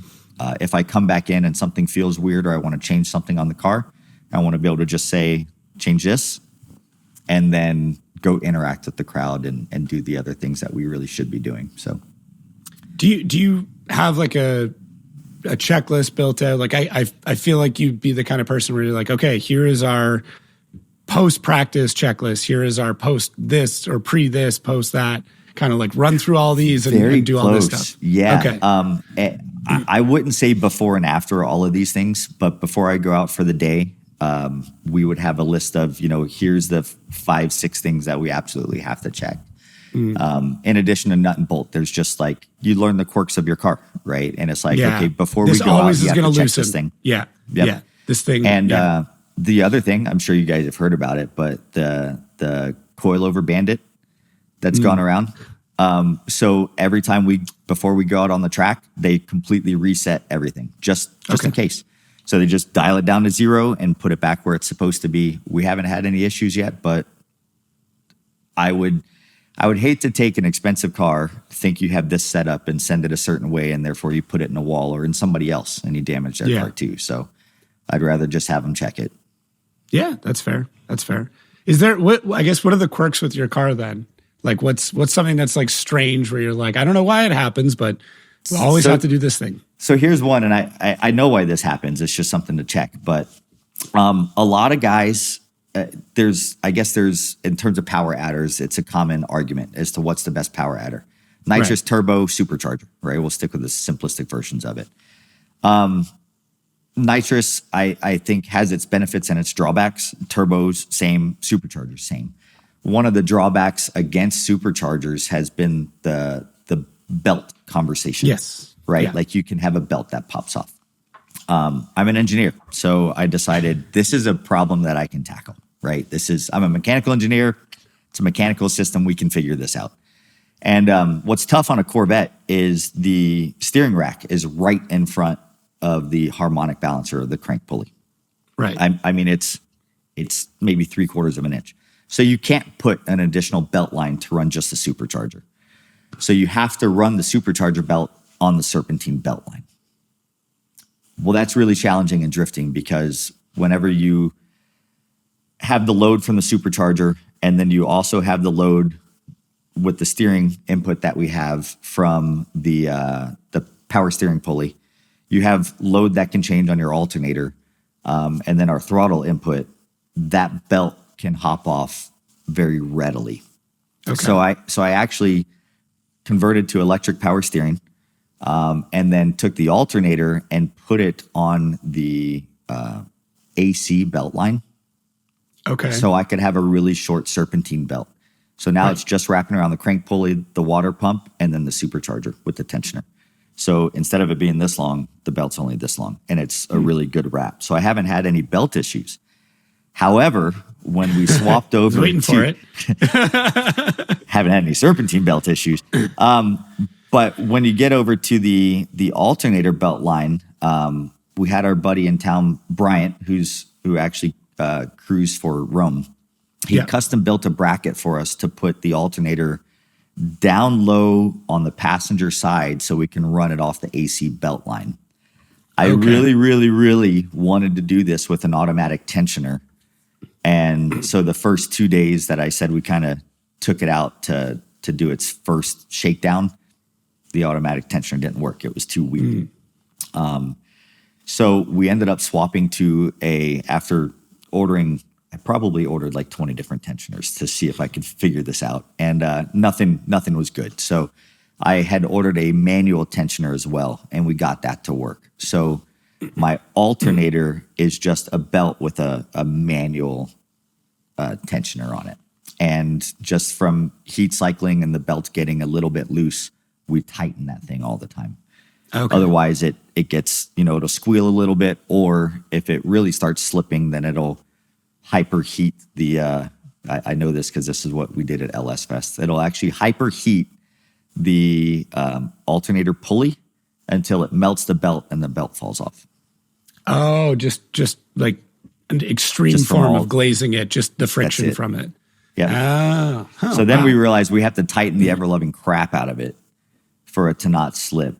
But then that's something that we just check every time before we go out. So that's one of the random items. No, that's good. I mean, it's good that you know that now, right? I know, I can't remember who it was. They were telling me that like they will like almost excessively drain their catch can. And they had one time where they forgot and it like blew oil out onto the windshield. Yeah. So now it's like every run, they're like, no, you just got to make sure it's empty. You just got to make sure it's empty.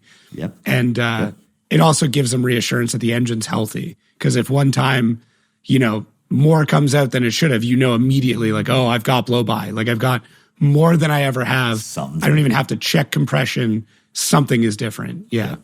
Yep. So I can't remember who it was though. But they said they like check it obsessively where it's like, they'll be in line and they'll be like draining it just to make sure. Those are the quirks you learn. And that's the thing is like what stinks about, and probably most Prospec drivers do this. Most of us build cars to show up to Prospec, right? I would say it's probably like 80% of people that show up to Prospec do it, maybe even higher. I don't know. But you don't know any of those quirks, right? So you end up finding them at the track at FD, which is a bit of a bummer. But yeah, you do all this work, you pay all this money to then find out that you forgot to do one small thing, right? Like it just, it sucks and it's disappointing and you feel the weight of it. You feel the weight from your crew and fans and, But I also know it's incredibly difficult and expensive to test and to do all that stuff. Like it's tough. I wish there was a better answer, but if I figured it out, I would be solving that for almost every sport, pretty much every motorsport, but almost every sport. Yeah, best answer I've got here is build your car to the level that you're going to drive at Prospec and then go drive it. Yeah. Get your license in it, Yeah. Actually, Carson Ruger. So he's going to be a rookie this year.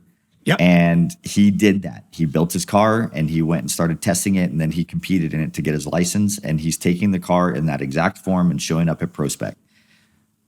I'd put money on it that he's going to be one of the better rookies because of that. Yeah, he's good. He's good. He's got a lot of good people around him too, which helps. Oh, and then of course our boy from Utah. Who do you think it would be? Man, why you put me on the spot here? I'm not sure. Jerry Johnson. Oh, Jerry. Yeah, right. The man that has the perfect race car driver name. He does, and he's got the motor to match.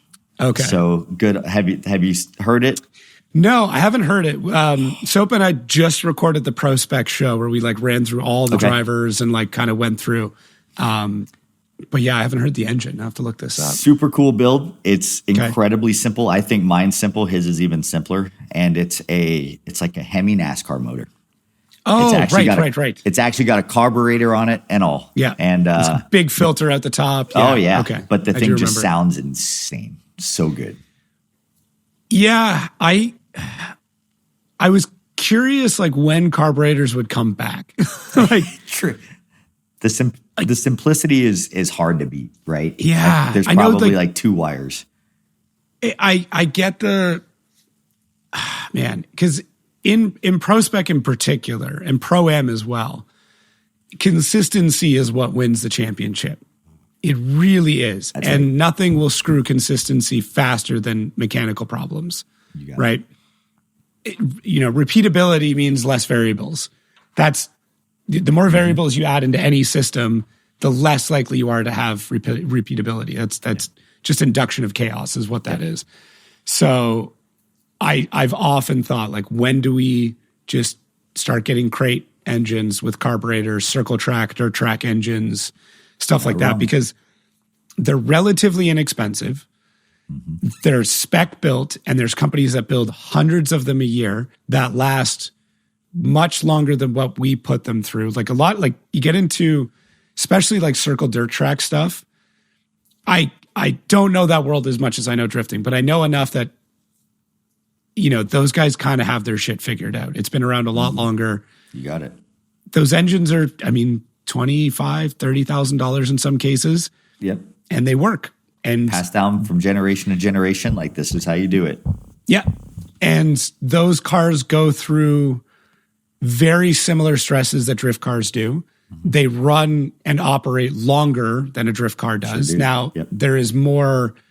I'm not even going to say that. I was going to say there's more total line load in drifting, but I think there's more total shock load in drifting because we're on and off throttle. Yeah, the transients. Yeah. Yeah, and we get a lot of like weird linear forces as well, just with like clutch kicks and just a lot. I mean, we could get into all that shit, but drifting has its own just very unique set of problems when it comes to drivetrains.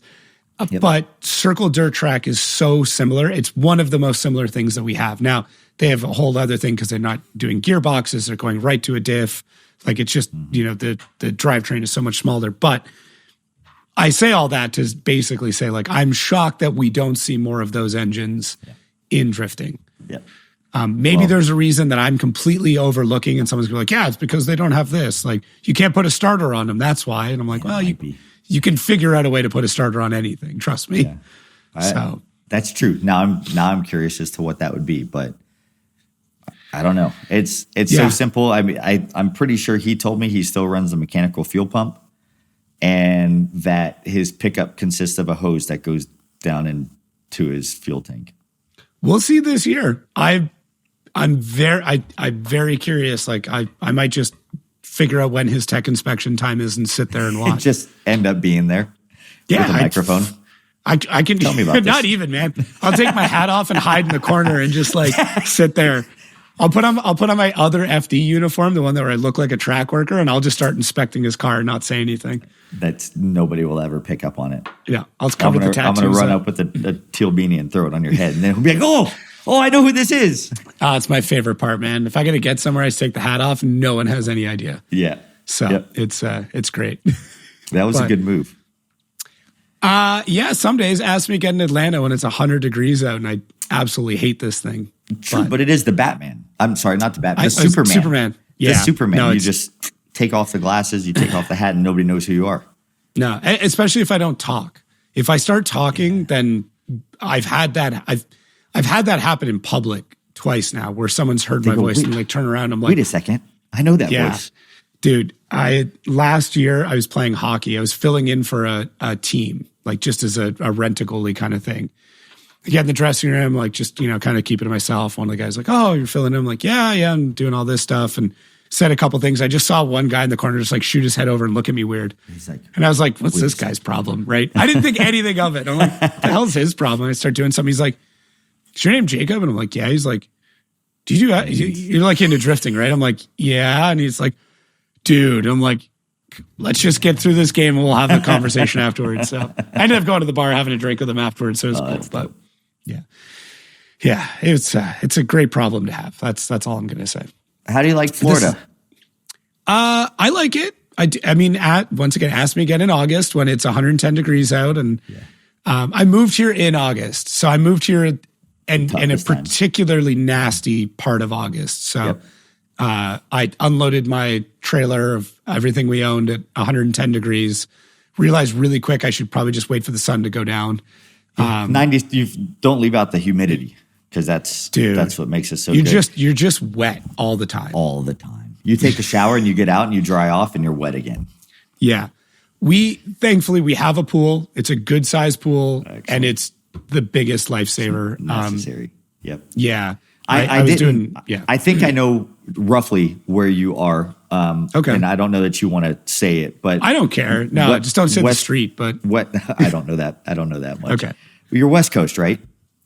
No, I'm East Coast. Oh, okay. So never mind. I don't know where you're at. I saw something incorrect. Man. Oh, interesting. All right. Where are you East Coast then? Canaveral Groves is the neighborhood. Okay. Yeah, if you know where that is. Much farther north where I was. Oh, okay. I grew up down around Fort Lauderdale. Oh, okay. Gotcha. And we've lived in Orlando, Tampa, Sarasota. So Orlando was just miserable in comparison to the other areas because it was just as hot, just as humid, but like the wind didn't blow. Yeah. So it's just like you're baking all the time. And then out here is totally different in Vegas. It's 117 in the summertime. No humidity. And it's super dry. Yeah. But you have like 40-mile-an-hour winds with gusts up to 80 regularly. So it's like you're in a hairdryer, literally. Mm-hmm. I'm really happy that we stumbled upon this location because it's we're in a rural neighborhood. It's not a subdivision. Like everyone has acre lots, but they're like deep acre lots. So like my neighbor's there, but I could run a grinder 2 a.m. and it's not an issue. Yeah. But if I like needed him, he's right there. That kind of thing. The only thing I'm on a dirt road and it's bugging me more. It's the first time in my life I've been trying to keep a car clean. And I think it's specifically because I'm on a dirt road. That's my only complaint. You don't have like all the salt and stuff to deal with, though. No. So that's got to be at least helpful. I mean, you're trading one for the other, right? It's so great. Like I finally got my truck home, and it's a Canadian truck. It's all rusted out. Like rockers are gone, cab corners are gone, and I'll probably just buy a $1,500 Dodge Ram here that's rust free with a blown engine, and just take all the parts off and slap it on mine. That's and really they're cheap. Idea. They're the only thing that's actually hard to find are beds because everybody from the north comes down, buys all the truck beds, and then heads back north. So you need to find that random buddy who's not trying to sell it, but just has one in his backyard just sitting. Yeah, I found a few, but yeah, I mean, I could literally buy a same generation Ram 1500 for $1,000 without an engine. What year is it? It's an 06, which is a weird year because it has we're gonna get nerdy into this. 06 had the updated headlights, but not the updated taillights. Got it. It's the only year like that. It's a transition year. Yep. So I can't get a full cab for it because I would have to find the exact package to do a cab swap, or I'm moving electrical, and I do not want to. I have no interest in doing any electrical. Yep. I will do body work. I will do paint. Not that I'm good at it, but I will do that because the only person that's going to know it's screwed up is me. Or if you screw up electrical, the people that are going to find out is the fire department. And I'm not about that. So I don't like electrical. Yep. No, I want to had see a my 98 problems. way back in the day. And, it was a single cab, short bed. I don't know, had like 150,000 miles on it or something crazy. And it was just absolutely rock solid. Yeah, this is a 06 Laramie 4-wheel drive diesel with like the upgraded interior package. So, which I can't find them. Yep. So I'm going to pull the cab, I'm going to lift the cab. I like your idea. And just redo everything underneath. So, awesome. Yeah. Awesome. Yeah. Once again, ask me again when it's, August and I finally get to it and I'm welding at 100 This is a terrible degree idea. Yeah. It's in my head, it's all very easy. It all makes sense. It's the right decision, but that's in my head. That's a great place to be. You're right. Sometimes. On the surface, it makes a whole lot of sense until you're, months into the swap and kicking yourself. Yeah. And it's sitting next to the other project car I still have to work on and the project engine I have to work on. So with all 6 days of free time I get this month. So it's part of the reason I was selling the other stuff too. So I sold the 350 and then the RX-8 after, it was cool having the RX-8 and it was a super dope, like just party car. Right? It's a good head turner too. It was great. It caught everybody's attention. But I realized very quickly that there's not a snowball's chance in hell I can keep up with 3 drift cars. Like it's just, and they're running, and I'm like, no. It's because they always need something. Always something. It's the hard part is balancing the need and the want. Yeah. Right. Because like I have to. I'm a big list guy.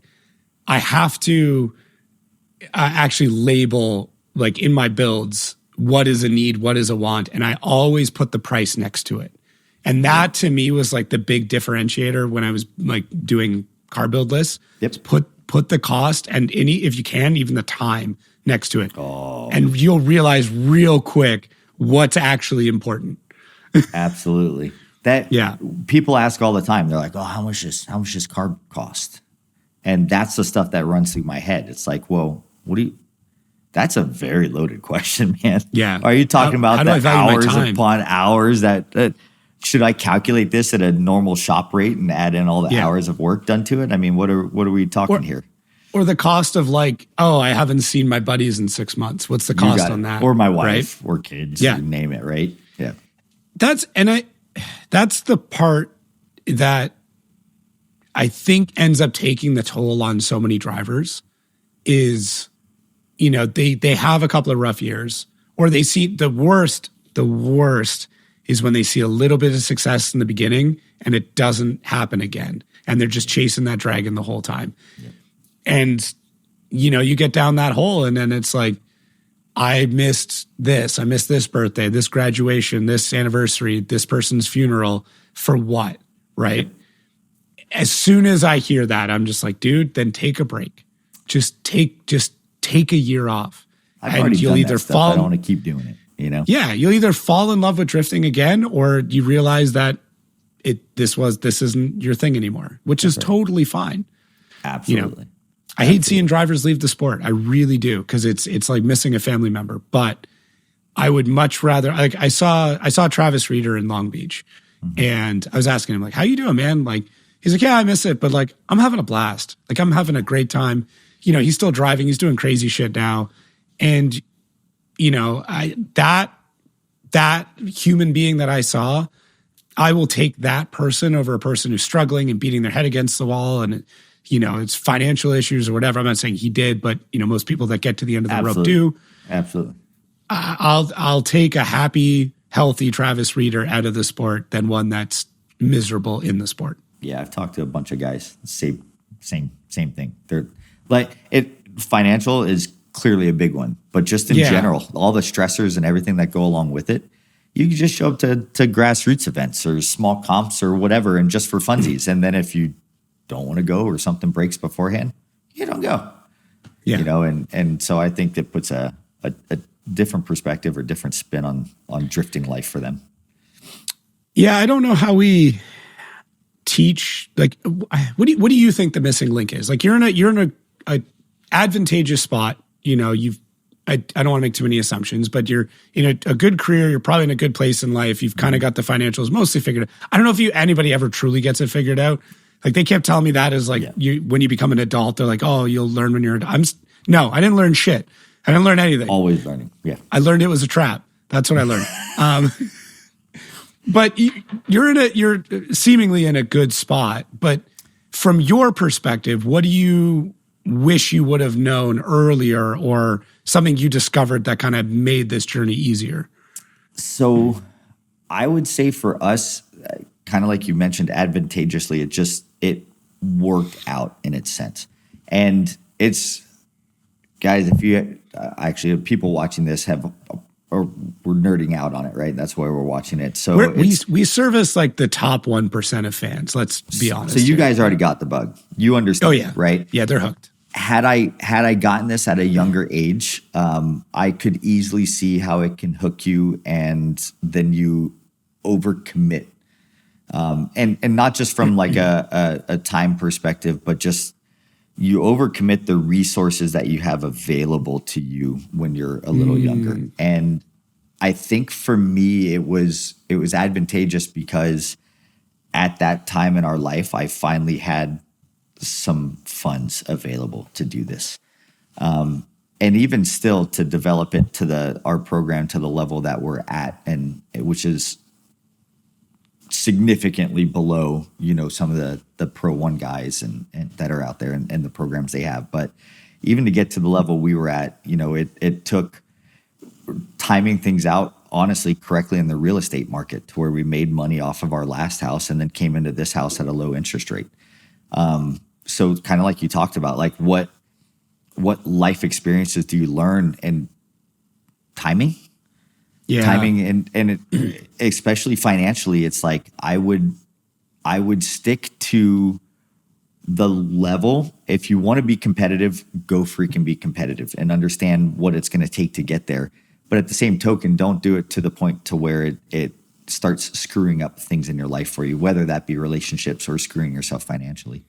So it's like, make sure you still have fun with it. Don't turn this into like you're chasing a job, chasing a dream. And I would probably tell you guys, especially at the Prospec level, as expensive as it is, I would say most of us, everybody that I've talked to that I can think of, is that we have some sort of day job. Yeah. So it's not like we've all got these sponsorships at this level that we can have this, amazing program and pay all this huge money to people. Most of us are asking friends to help out for events here and there or whatever it may be. And so generally, though, I think what was advantageous for us is that getting into it later in life, we were in a much better financial situation than before. So you made that assumption, but you're right. We attacked and developed a career and stability in that sense before we ever got into anything that's can be arguably irresponsible. Yeah, I fall into a similar vein where, I bought a trailer when I had a kid on the way. I bought it. Actually, I had my first kid, knew my wife for maybe a year at that point. Like, not like the typical 21-year-old, my life's falling apart, try and get your shit together, right? Like, all things considered, not a great way to kick off your 20s, where it's like, I've known this lady for 6 months, and now we're having a kid, and now we're moving into a trailer, back in the bush kind of thing. But similar, I more or less flipped that, bought another house, made some good money off of that, and then sold, thankfully, right when the Canadian dollar was still decent. Inflation was absolutely absurd. And then I was like, Florida's real cheap. And then we're renting here. So, financially, maybe not the most responsible thing, but the nice thing is that the Florida bubble is coming down really quick. So if I wanted to get into a house, it's, time it, learn as much as you can. And it doesn't just have to be about drifting, right? Well, it was just, I looked at the situation and went, okay, the housing market's at a really high point. I won't touch on this, but we're going into some political uncertainty. There was an election coming up. We didn't know what was going to happen. If there's big changes within the economy, it's usually around those times of an election. So it's like, let's just, pay the rent for the year, because we sold the house, we made some money off it. Then we don't have to worry about rent for a year. And if we're going to be irresponsible, this is the year we're going to do it. We're going to move to Florida, not have to pay rent, live like bums, do whatever we want to do for a year and enjoy it. So I love it. That's what this year's been. And it's been financially very irresponsible, but also the most fun, I think, as a family we've ever had, where it's just like, I'm not doing anything too stiff. We don't have any payments on any of our cars. I don't have a line of credit. I don't have a loan. I drive a 2002 Protege 5. Dude, that right there. It's great. That's all the stuff, it's easy to spend beyond your means. And if you can look at stuff and be like, hey, I don't need to drive around the $50,000 car to get me to and from work. Like, let me just buy this beater and then figure out, take that extra $1,000 and figure out how you can make money with that. Maybe you buy something off. I actually found a BMW that the kid just didn't know what was going on with it. He basically gotten a ticket that was like, you need to move this, you need to move it now. Oh, and nice. running driving BMW that should have been worth like $2,500, and I was able to get it for like $800. Yeah. We had a neighbor whose sister had a Ford Mustang, and she's like, she just needs to sell it and get rid of it. It was kind of dirty, and so we bought it, and my daughter and I cleaned it up and turned around and sold it in a week and made, I don't know, like about $1,000 off of it. So doing it, it actually is true. It kind of takes money to make money. But if you can do that, if you can budget your life in a sense to take some of this extra money and figure out ways to make more money, that'll make your life in drifting a whole lot easier. Yeah, I agree. I've heard of, I don't want to give away anybody's stories, but I've heard some very creative and legal and safe ways to make money to afford drifting. And it's like, if you want it, you'll make it happen. But I think where the line is for me is like forcing it to happen. Like, you can make it happen. You can be resilient and have the wherewithal to understand what you need to do to get through it. But there is a point where now you're forcing something to happen that shouldn't happen. Yeah. And that's, to me, the difficult part for some people to realize. Like, generally with our family's lives, it's always kind of just been, the moment we have to force it, the moment we have to put in more effort than we feel like it's worth, we just stop. And it doesn't make sense at that point. Like, we're always talking about moving. wherever we've lived, we're always like, oh, what about this place? Like, we've been talking about Atlanta. Like, Georgia's beautiful. Yeah. It's super cool. And my work contract that originally brought me down to Florida is going to be wrapping up in the next couple months. So I'm like, we don't have to live in Florida. Why not? Right. What else so we is just, there? but we'll talk about it. And then if it's like, well, hey, there's a really cool house for sale. So like, let's go look at it. And then it's, oh, but because of this thing or that thing, like we couldn't actually do it. Well, we're not going to force it and like fight and fight and fight and fight. It's just like, okay, well, this isn't the time. We'll come back to it. If it's going to happen, something will start to develop. And then we'll get to a point where we feel like the energy we have to put in is worth what we get out of it. Yeah. I mean, it's just a weird hippy-dippy philosophy on our end, but I've just seen so many people in drifting where they're doing a lot of really dumb shit to just show up. And it's like, you would have been better off to not show up, take a bit, scrap the season, count your soldiers and regroup and come back. Like, but that's hard to tell anybody. I would also say, circling back to something I mentioned a long time ago, is, this is probably beating a dead horse, right? But don't go in and try to overbuild something. Just get out there and drive, man. And that stock Z that I had, we got to the point in 3 months with working with some buddies of mine that I could consistently drift third gear in the car, no seat in it, right? Well, not no seat, like a stock seat. And all I had was the 5 degrees of angle, and I could run tracks that way. And then when you go from that and you start putting together a car that's actually built properly, it becomes easy. But also it keeps the cost down. If you grab something like a stock Z or a stock C5 or something to that effect, and you just put a little bit of angle in it, you can go out and drive all day long. And you can stick with cheaper tires, because now you're not, at a 500 to 1,000 horsepower level to where you're going to blow through $1,500 in tires in a day.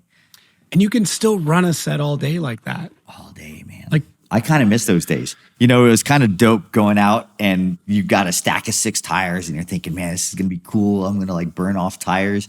And then at the end of the day, you're like, dude, I didn't even use one set. And now you look back on it and you're like, damn it, I wish I only used one set. Yeah. So, like, I'm set for, that stack, you're good for the year. Whereas now, like, that's, couple laps of practice and that's it. Exactly. So that would be my other offer to folks is, don't buy a car and think I'm going to, buy this S13 and I'm going to do a JZ swap. And then I know this is a problem, so I'm going to fix all of these things. And you've never driven before, man. Go do donuts. Yeah. Go to the local events. I have a friend doing something very similar, and I don't know why he just won't take the advice, but he's too far down the rabbit hole now, and it's going to be a beautiful car. Once you step into the rabbit hole, you're screwed, because then you're doing this one thing and you're like, well, I'm here, I might as well do the next thing. And it's just never ending. And I've known a handful of people that have never drifted, but they go for a ride along and they're like, dude, I'm doing this. This is so cool. I had so much fun. And they go buy a car and they're like, but I just have to do this thing first and this other thing. And then for a year and a half, they're, doing this thing on the car, and then they get sick of it. They never drive once and they sell the project and lose money on it. I would say seats in a diff before, like that might be it. Like, that's weld probably the diff it, man. And I hear these people all the time. They're like, yeah, the hydro and the angle and all of this. And I was like, put a freaking seat in the car. And they're like, what do you mean? And I'm like, you can't feel what the car is doing until you're actually planted in a seat. I used to have so many bruises on my leg from bracing myself against the Holding yourself BMW up door. against the side as you're trying to turn. I would show up to work on Monday and like I'd wear shorts at work and like my leg was just black and blue. People like, what are you doing? What the hell happened to you, man? I'm like, I was out drifting and had to hold my leg against the door. So, but seats. And you can get cheap seats. You really can. Don't buy cheap brand seats. Just buy a used seat. Buy a used seat. Like $100. That's exactly what I did. Is I found something. Yeah. I think I found a used one for the passenger for like $100, and I found one that a guy bought new but never used it. So it was like an OMP, I want to say, It was like $200, That's good brand. but it was like a super great, comfortable seat that I bought super Big, cheap. super wide. Yeah. And, but it was mind boggling because the things that I struggled with prior to that, I now started like instantly feeling it. So I think a seat's great. Yeah. Yeah. I wholeheartedly agree with that. I mean, I won't get into the debate of like harnesses without a roll cage or if you bar, whatever. Yeah. I'm not touching that. I mean, if you're going to a grassroots event or going out to somewhere like an AVS or whatever versions they have on the East Coast, nobody's really paying attention to that anyways, right? You're not competing yet. So if you have a stock seat belt and, in a car with now a race seat, but you're never going faster than 15 miles an hour, like who cares? Yeah, exactly. You had mentioned earlier, I forgot the gentleman's name, but a driver you said you had really good history with, that you put a tire in the back of his trailer or a wheel in the back of his trailer. You want to elaborate on that one? Oh, sure. Why not? Back on the RX-8.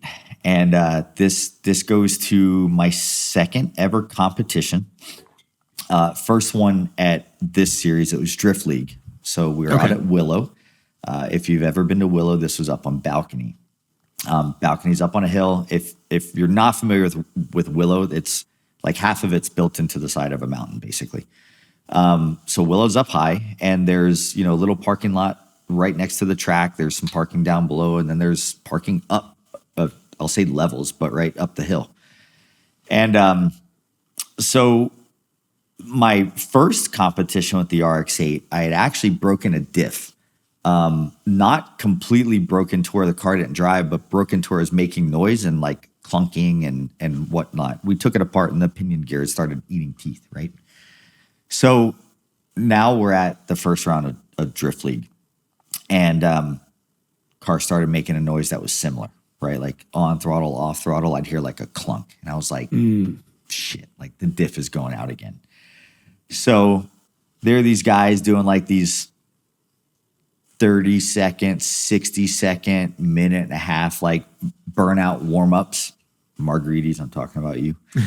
and I didn't do crap. I'm like, I'm good because I don't want the diff to explode. And so, I battled. I won my first battle and then went on to battle Margaritas.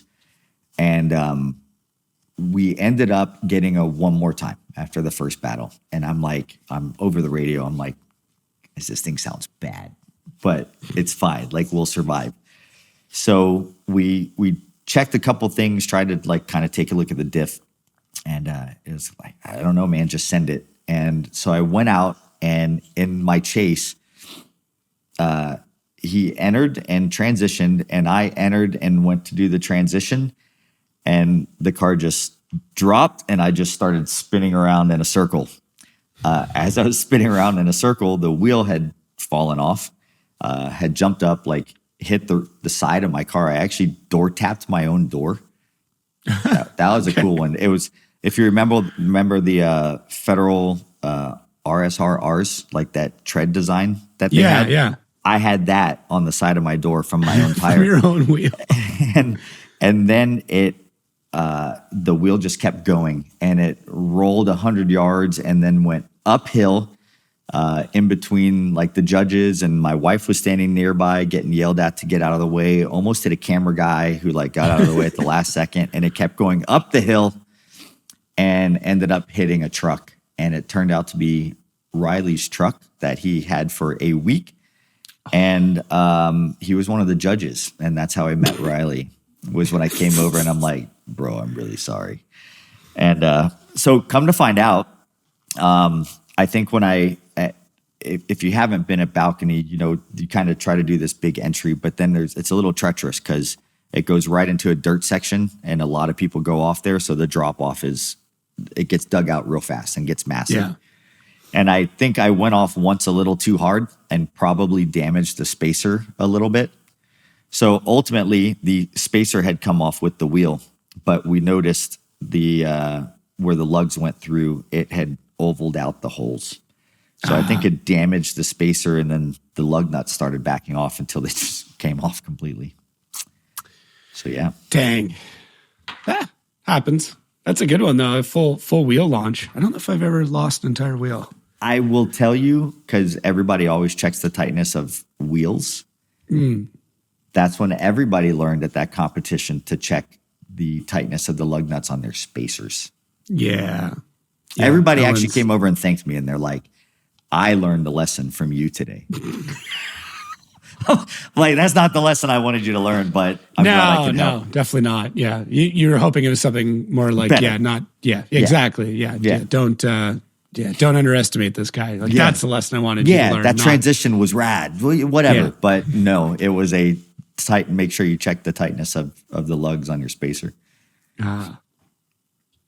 I mean, it's a good note. Everybody, when you wrapped up this episode, don't leave too early, but when you wrapped up this episode, go check those spacers.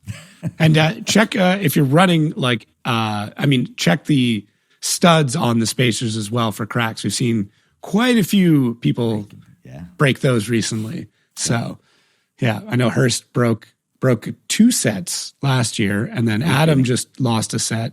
No, it might have been 2 years ago when he lost those. Anyways. And then Adam just lost a set at the compound. Is that why he went hopping over his wheel? Yeah, that was a fun one. Launched a wheel into the bush.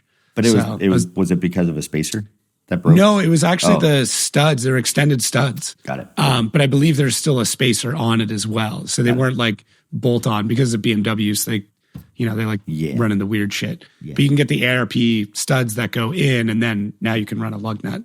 Got it. Yep. But yeah. Check those. Nothing bolt everything, and then paint your. That's what we do. Yeah, tighten everything, and then we just got to the point where we paint marker like everything. Yeah, so it's worth it. Easy to look. Yeah, whenever you're changing your wheel, it's good. And get different colors. That's the other one too. So that way, if you do make an adjustment, you can just run a new color. You don't have to worry about trying to clean the other one off. Brake clean though, it takes. Paint marker, it takes it off in an instant, and everybody's got brake clean with them. Yeah. In Florida, we still got the good stuff too. What's that? They're starting to ban like a lot of brake cleans. So California, I think you can barely get vinegar now, but they're starting to crack down on like chlorinated brake clean and some of the, which I'm sure none of it's good for you, but I bathe in it basically all the time, so I'm sure that's going to turn out to be something bad later. Fastest way to clean your hands. There's no faster way to clean your hands. Or fine cuts. Yeah. That or juicing lemons. That'll do it. Okay, accurate. Yeah. I don't juice a lot of lemons though. Not anymore. Oh my God, back to the restaurant days. Hey man, I did do a lot of lemons then, man. Probably, especially if you worked bar, you would have been cutting lemons. Bitching at the kitchen. Why can't the kitchen cut lemons? Like, they got the knives back there. Oh, come on. Anyways, I was back of house the whole time. So I figured the tattoos would give away the back of house kitchen vibes. I mean, that would have been my guess. Yeah. I had more piercings back then too. Wore a bandana. I was that guy in the back. Yep.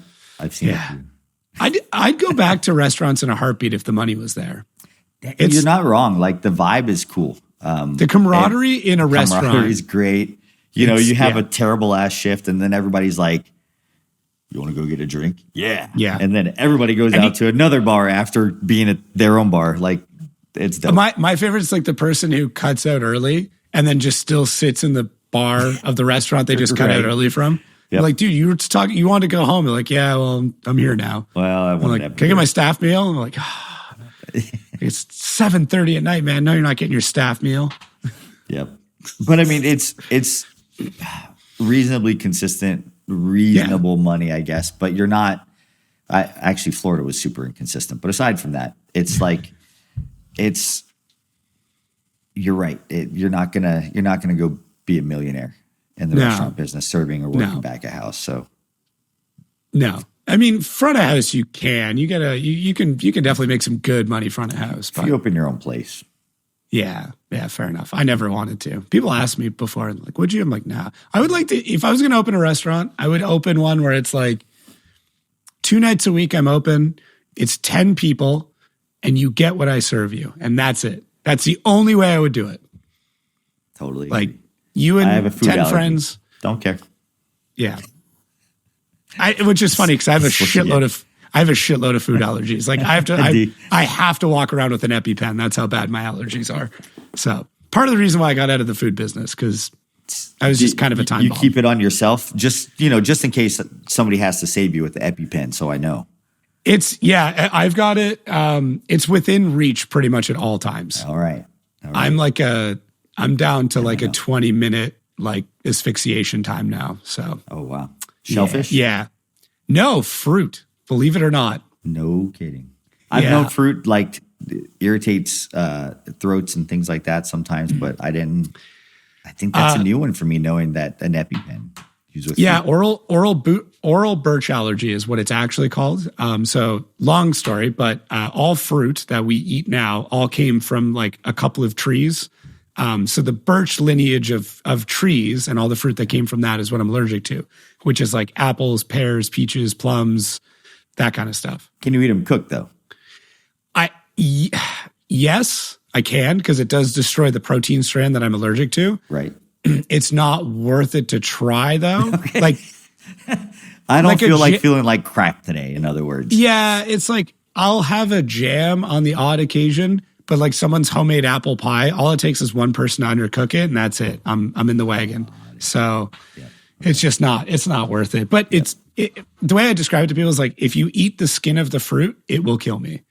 If you peel it or you don't eat the skin, I can eat it. So citrus, I'm fine. Mangoes, I'm fine. The one I don't know about though is kiwi, because like some people eat the skin of kiwi and some people don't. Right? I never did. I didn't like the skin, but yeah.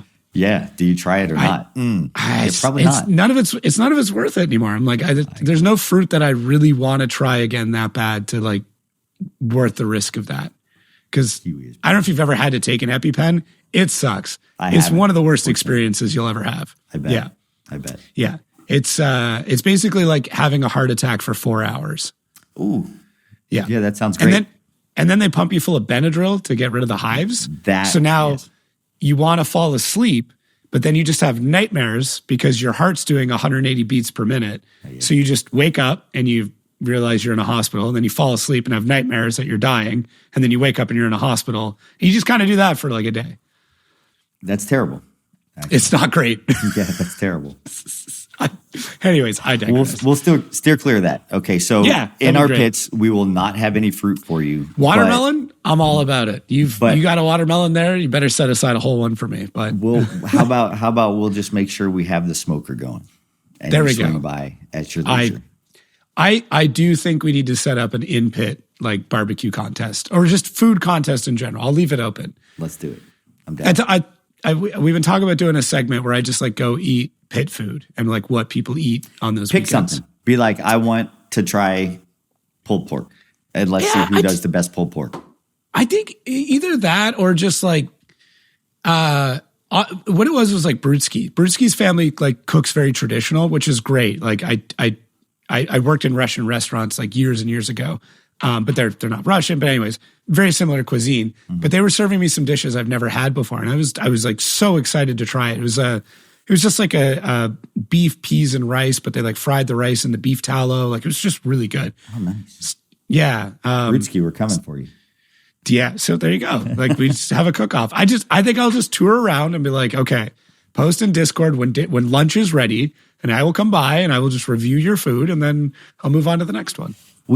I will say we usually slack on lunch, and it's dinner a sandwich time. We thing. tend to, it's just something quick and to get by. Yeah. And then, after the day is over, then we kind of sit around as a team and hang out and eat at the track. So if you stay around, hopefully for a little bit.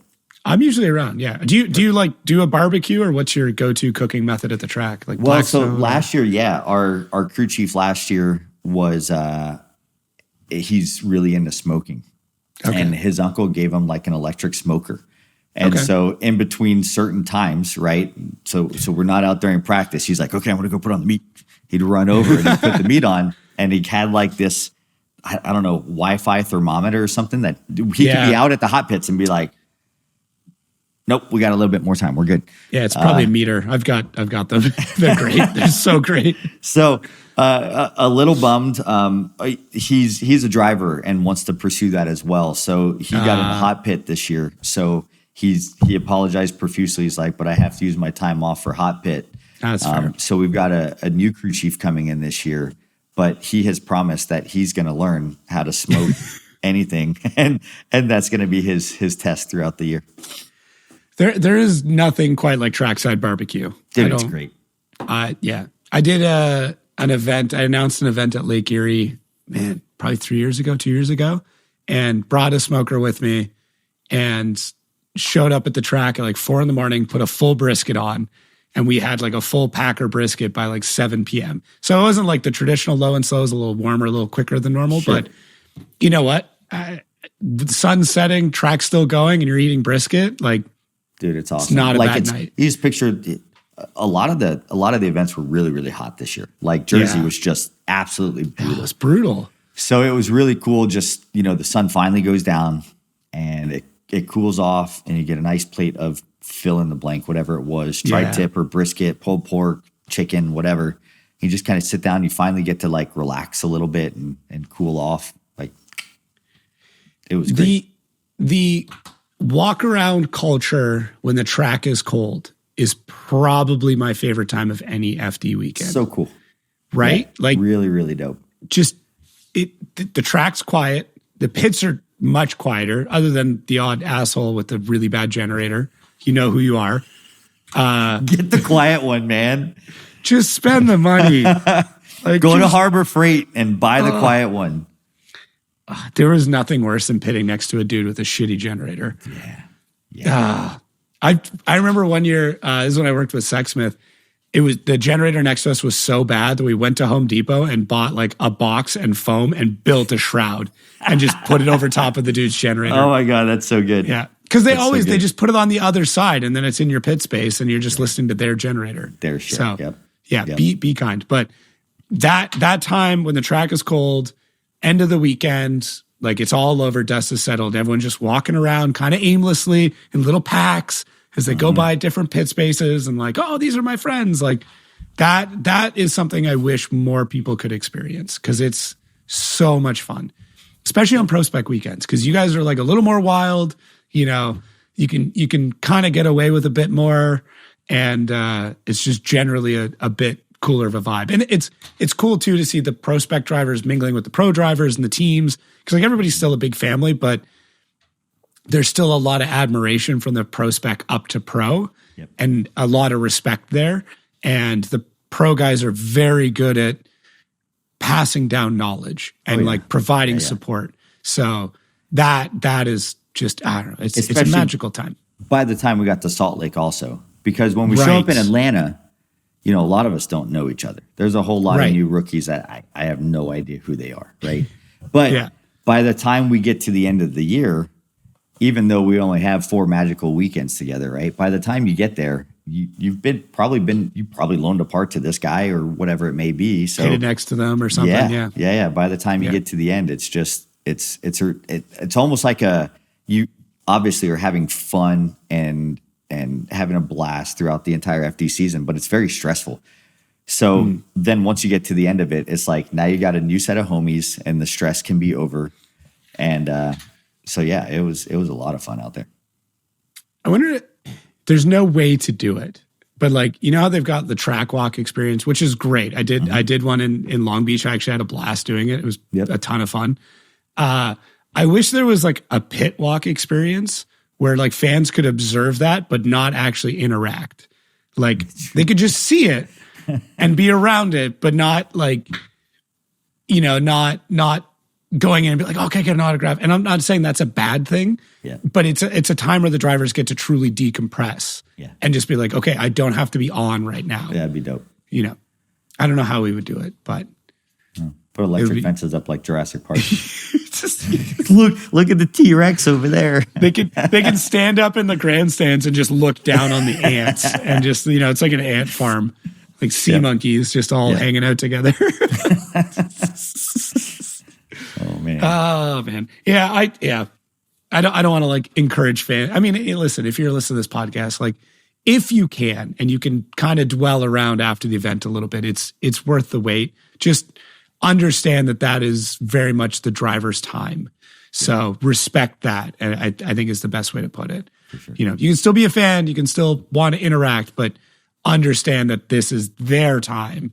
So just be respectful of that. Totally. Try not to blow up anybody's spot, but it's such a cool fucking experience. It really is.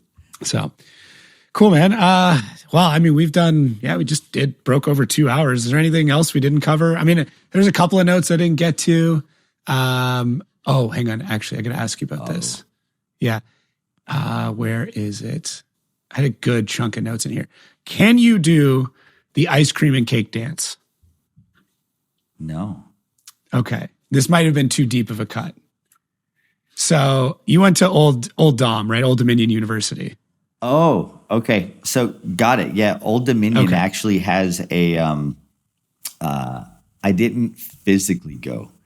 So Old Dominion has a program that they developed with the Navy to essentially have a master's program where they kind of take a little bit of credit for the Navy nuclear training, and then they tack on this other stuff, and they actually let you do it remotely. I drove by Old Dominion occasionally, but I didn't participate in like anything Old Dominion. So is that a thing there? The ice? Can you do the ice cream and cake dance? I can't. I didn't go that deep, but yeah, it's the dance they do at sporting events. So it was in my notes as like one of those. That's good. I like block out my notes in like kind of a hierarchy of what I think is going to work and what's not. And I was like, okay, if we get into the university talk, then maybe I'll like check to see if you went to a sports game, and then I'll be like, all right, then I can throw it out there. Honestly, never really went to much. So even in Kentucky, and I was raised as a big basketball fan. When I went to University of Kentucky, I went to one game. How sad is that? Okay. Can I need to start doing this in actual episodes and like run through the notes we didn't get to and like fast fire them. Okay. I think I got a few of your medals nailed, and I just want to see if I did. Okay. So I had a Navy and Marine Corps Achievement Medal, green and white stripe. Okay. Yep. Nice. National Defense Service Medal, red and yellow stripe. That's the one like everybody gets for just being young. Yeah. Well, hey man, you got it. I don't. So all right. Global War on Terrorism Service Medal. Yep. All right. And then Navy Sea Service Deployment Ribbon. Yep. All right. Those are the only ones I got. So. I have like 2 Navy and Marine Corps Commendation medals. Okay. So that's the first one you read. That's above that one. Got it. There's a different Global War on Terrorism, and I got that one as well. And I'm blanking on some of the obviously like your rifle and your pistol quals and stuff. Yeah, so. I had to base it off of whatever photos I could find of you, and then have to like back research from there. So hey, and you didn't post you didn't post many in your dress. So no, not at all. That's tough. I actually had to go bug your wife's profile to find those. So. That's good. It's amazing what people. I was actually concerned. I saw the friend request on Facebook, and I'm like, "What is he gonna pull up from this?" And I'm like, "I was already done at that point. Confirm." I was done at that point. I was just like double checking notes at that point. Oh, so. That's funny. Yeah, I really should do like a full breakdown episode one day of like how I do the research, because it's so much fun. I was curious it's a little too. Creepy, though. I'm sitting there going, I'm like, all right, he's got obviously Instagram, right? And obviously Facebook. I'm like, I bet you he's trolling on like the LinkedIn profile too. LinkedIn's one no one thinks of. Yeah. Oh man. LinkedIn's got some good shit. Yep. So yeah. And then you can just go from there, and you can extrapolate and research the jobs and the departments, and then yearbooks are one I look at a lot. I just couldn't nail down your high school yearbooks. I couldn't find them online. I mean, so I don't even have them. So that would have been really impressive if you pulled that out and you held up a page. And I'm like, crap, send it to me, man. There's like full databases of yearbooks. That's all kidding. Like user supported. Yeah. Yeah. I use those a lot. Like more often than people think. It would be challenging if you research my school history, because my wife and I counted this up not that long ago, and I think I went to 17 different schools between going through the years, elementary and stuff. So not just like one elementary school, one middle school, one high school, one college. There's like 5 colleges that I went to, or however many elementary schools. Yeah, it was like 17 total. Yeah, that's a lot. Yeah, I think that's probably why I was like, I'm not. This is going to take forever. Yeah. Yeah, you got to go for the low hanging fruit, and then you dig a little bit after that. So But find the right thread. And like, this is Yeah, that's interesting. the Where's big this thing. going? Yeah. And then I found out like what you did for a living. I was like, all right, that's an easy one. I can do that. Sick, dude. Well, this is a lot of fun. I'm glad we got to do this. Absolutely. Thanks for hitting me up. Thanks for being one of the drivers that, contacted me and wanted to get this scheduled in. So this is good. And I'm you hoping put it out there. It's really cool. There's only so many opportunities to interact with people, right? Yeah. And you're at these events, but you can only talk to so many people. So really cool. I really appreciate the digging that you do. The effort of love is, I think, super dope. So thanks, I man. really appreciate it. And yeah, for everybody listening and watching, we'll leave all the links down below. Maybe I'll drop some history on the development of nuclear energy in the United States because it's really interesting. Kyle Hill has probably the best coverage of it. I can't remember what the series is called. It's like Half-Life Stories, I think is what it's called. Okay, it's like that refers to makes like sense. yeah, I know, right? Yeah, like. Yeah, Atomic Decay. So really, really good series on it and shows kind of all aspects. It's it's pro nuclear power, but it doesn't shy away from anything, which is really nice. Absolutely. Like if you're gonna do propaganda, you got to show both sides. Absolutely. Yep. But cool. Yeah, for everybody listening and watching, thank you so much. Please make sure to give a follow.